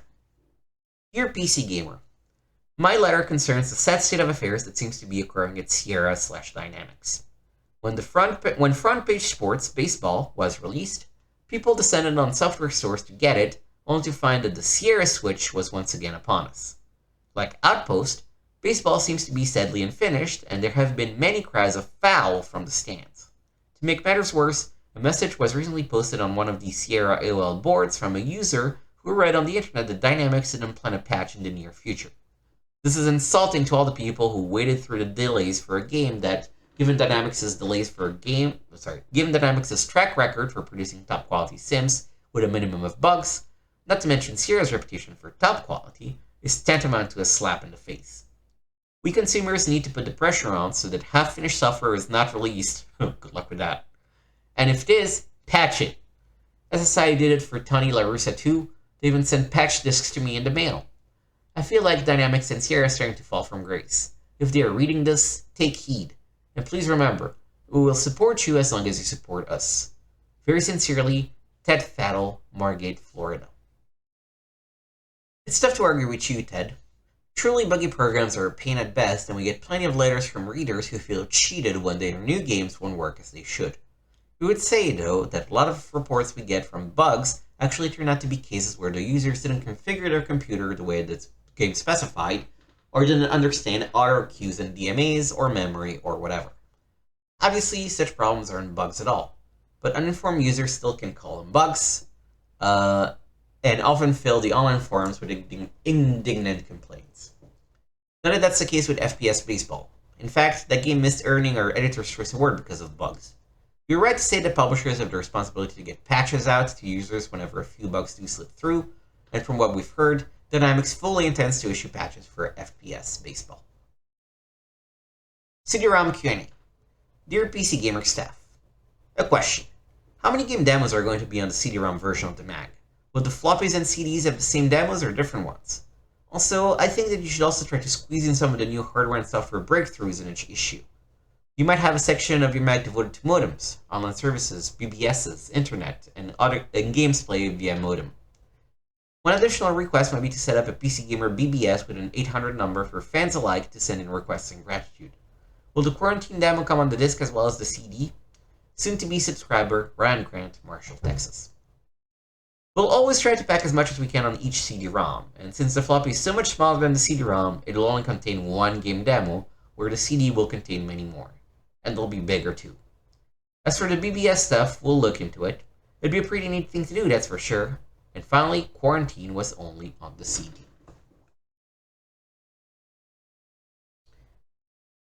PC Gamer back issues.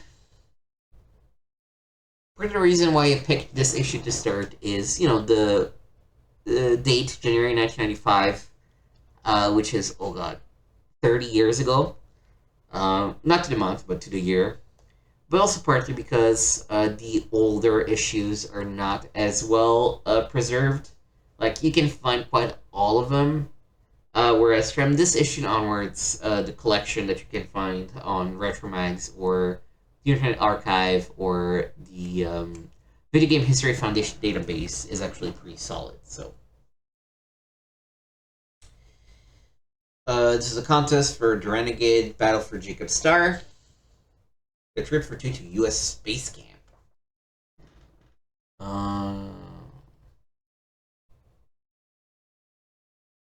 Was the U.S. Space Camp like a specific thing? It was not just a...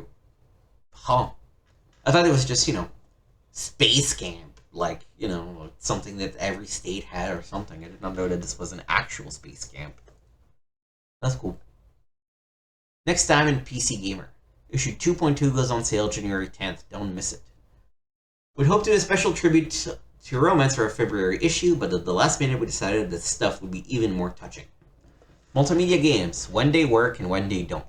The technology being put to work in today's computer games is sometimes amazing, with all the 3D modeling, voice acting, and digitized video you could ask for. But is gameplay suffering at the expense of all the impressive extras? We'll take a close-up view at the whole issue, which will tell you which titles have made multimedia work and which have failed miserably. Sportsman Paradise. Our Sims columnist, Lee Buchanan, is a big fan of just about every sporting event around. He's still complaining about the lack of a decent JLI sim. so we gave him a dream job for a reader's request. Put together the definitive guide to the best sports sims around. We'll see if he made the cut next issue. There will be the Reader's Choice Awards. Oh, no, we won't actually be running the Reader's Choice Awards next issue, but I want you to know that it's time to start sending us our selections. And then they list the categories. And of course, we'll have plenty of new reviews, including Noctropolis, Magic Carpet, Navy Fighters, Creature Shock, Operation Body Count, and maybe even Armored Fist. Of those, I know of Magic Carpet, and that's it. Alright. And all this and more coming to you in the February issue of PC Gamer. And then Wing Commander 3, Heart of the Tiger, add to wrap it up. Yeah, it was fun reading this. We're definitely gonna keep going with PC Gamer. Sometimes I do one of these, and the mag is just one that I'm just like, no. Like EGM, I've read an issue of EGM, and I was like, this magazine is not great, honestly. But this one I really enjoyed. I enjoyed the fact that there's the demo CD that we can use to sort of check things out. So definitely gonna keep going. Like I said, next time I think I'm gonna do the first episode of us checking things out. I think I'm gonna try to keep it to 2 episodes per per magazine of checking out games. They will be probably long, like 4 to 5 hours each. Again, I'm thinking about 1 hour per game that we want to check out. But I think it's something that I wanted to do with the original required reading was actually check out these games I'm reading about, and I didn't do it, and I regretted it. And even if it's just 1 hour, just to see what the first hour of Colonization looks like, or Dark Sun, Wake of the Ravager looks like. And if we like a game, we can keep playing it, and if not, we can just move on. I think this is gonna be it for this video. Thank you for watching. Make sure to like, subscribe, follow, all that good stuff. I've decided to declutter the thing a little bit and not have all the links on the actual video, but make sure to check out the description where you can find the links to my other channels, including the thing where there's modern games being played and the one where Star Wars Galaxy of Heroes is being played. Make sure to like, subscribe, check out the other series that is hopefully currently running by the time I'm posting this, Life of Timmy. I'm very proud of it. It's a very unique concept. I hope you like it as well.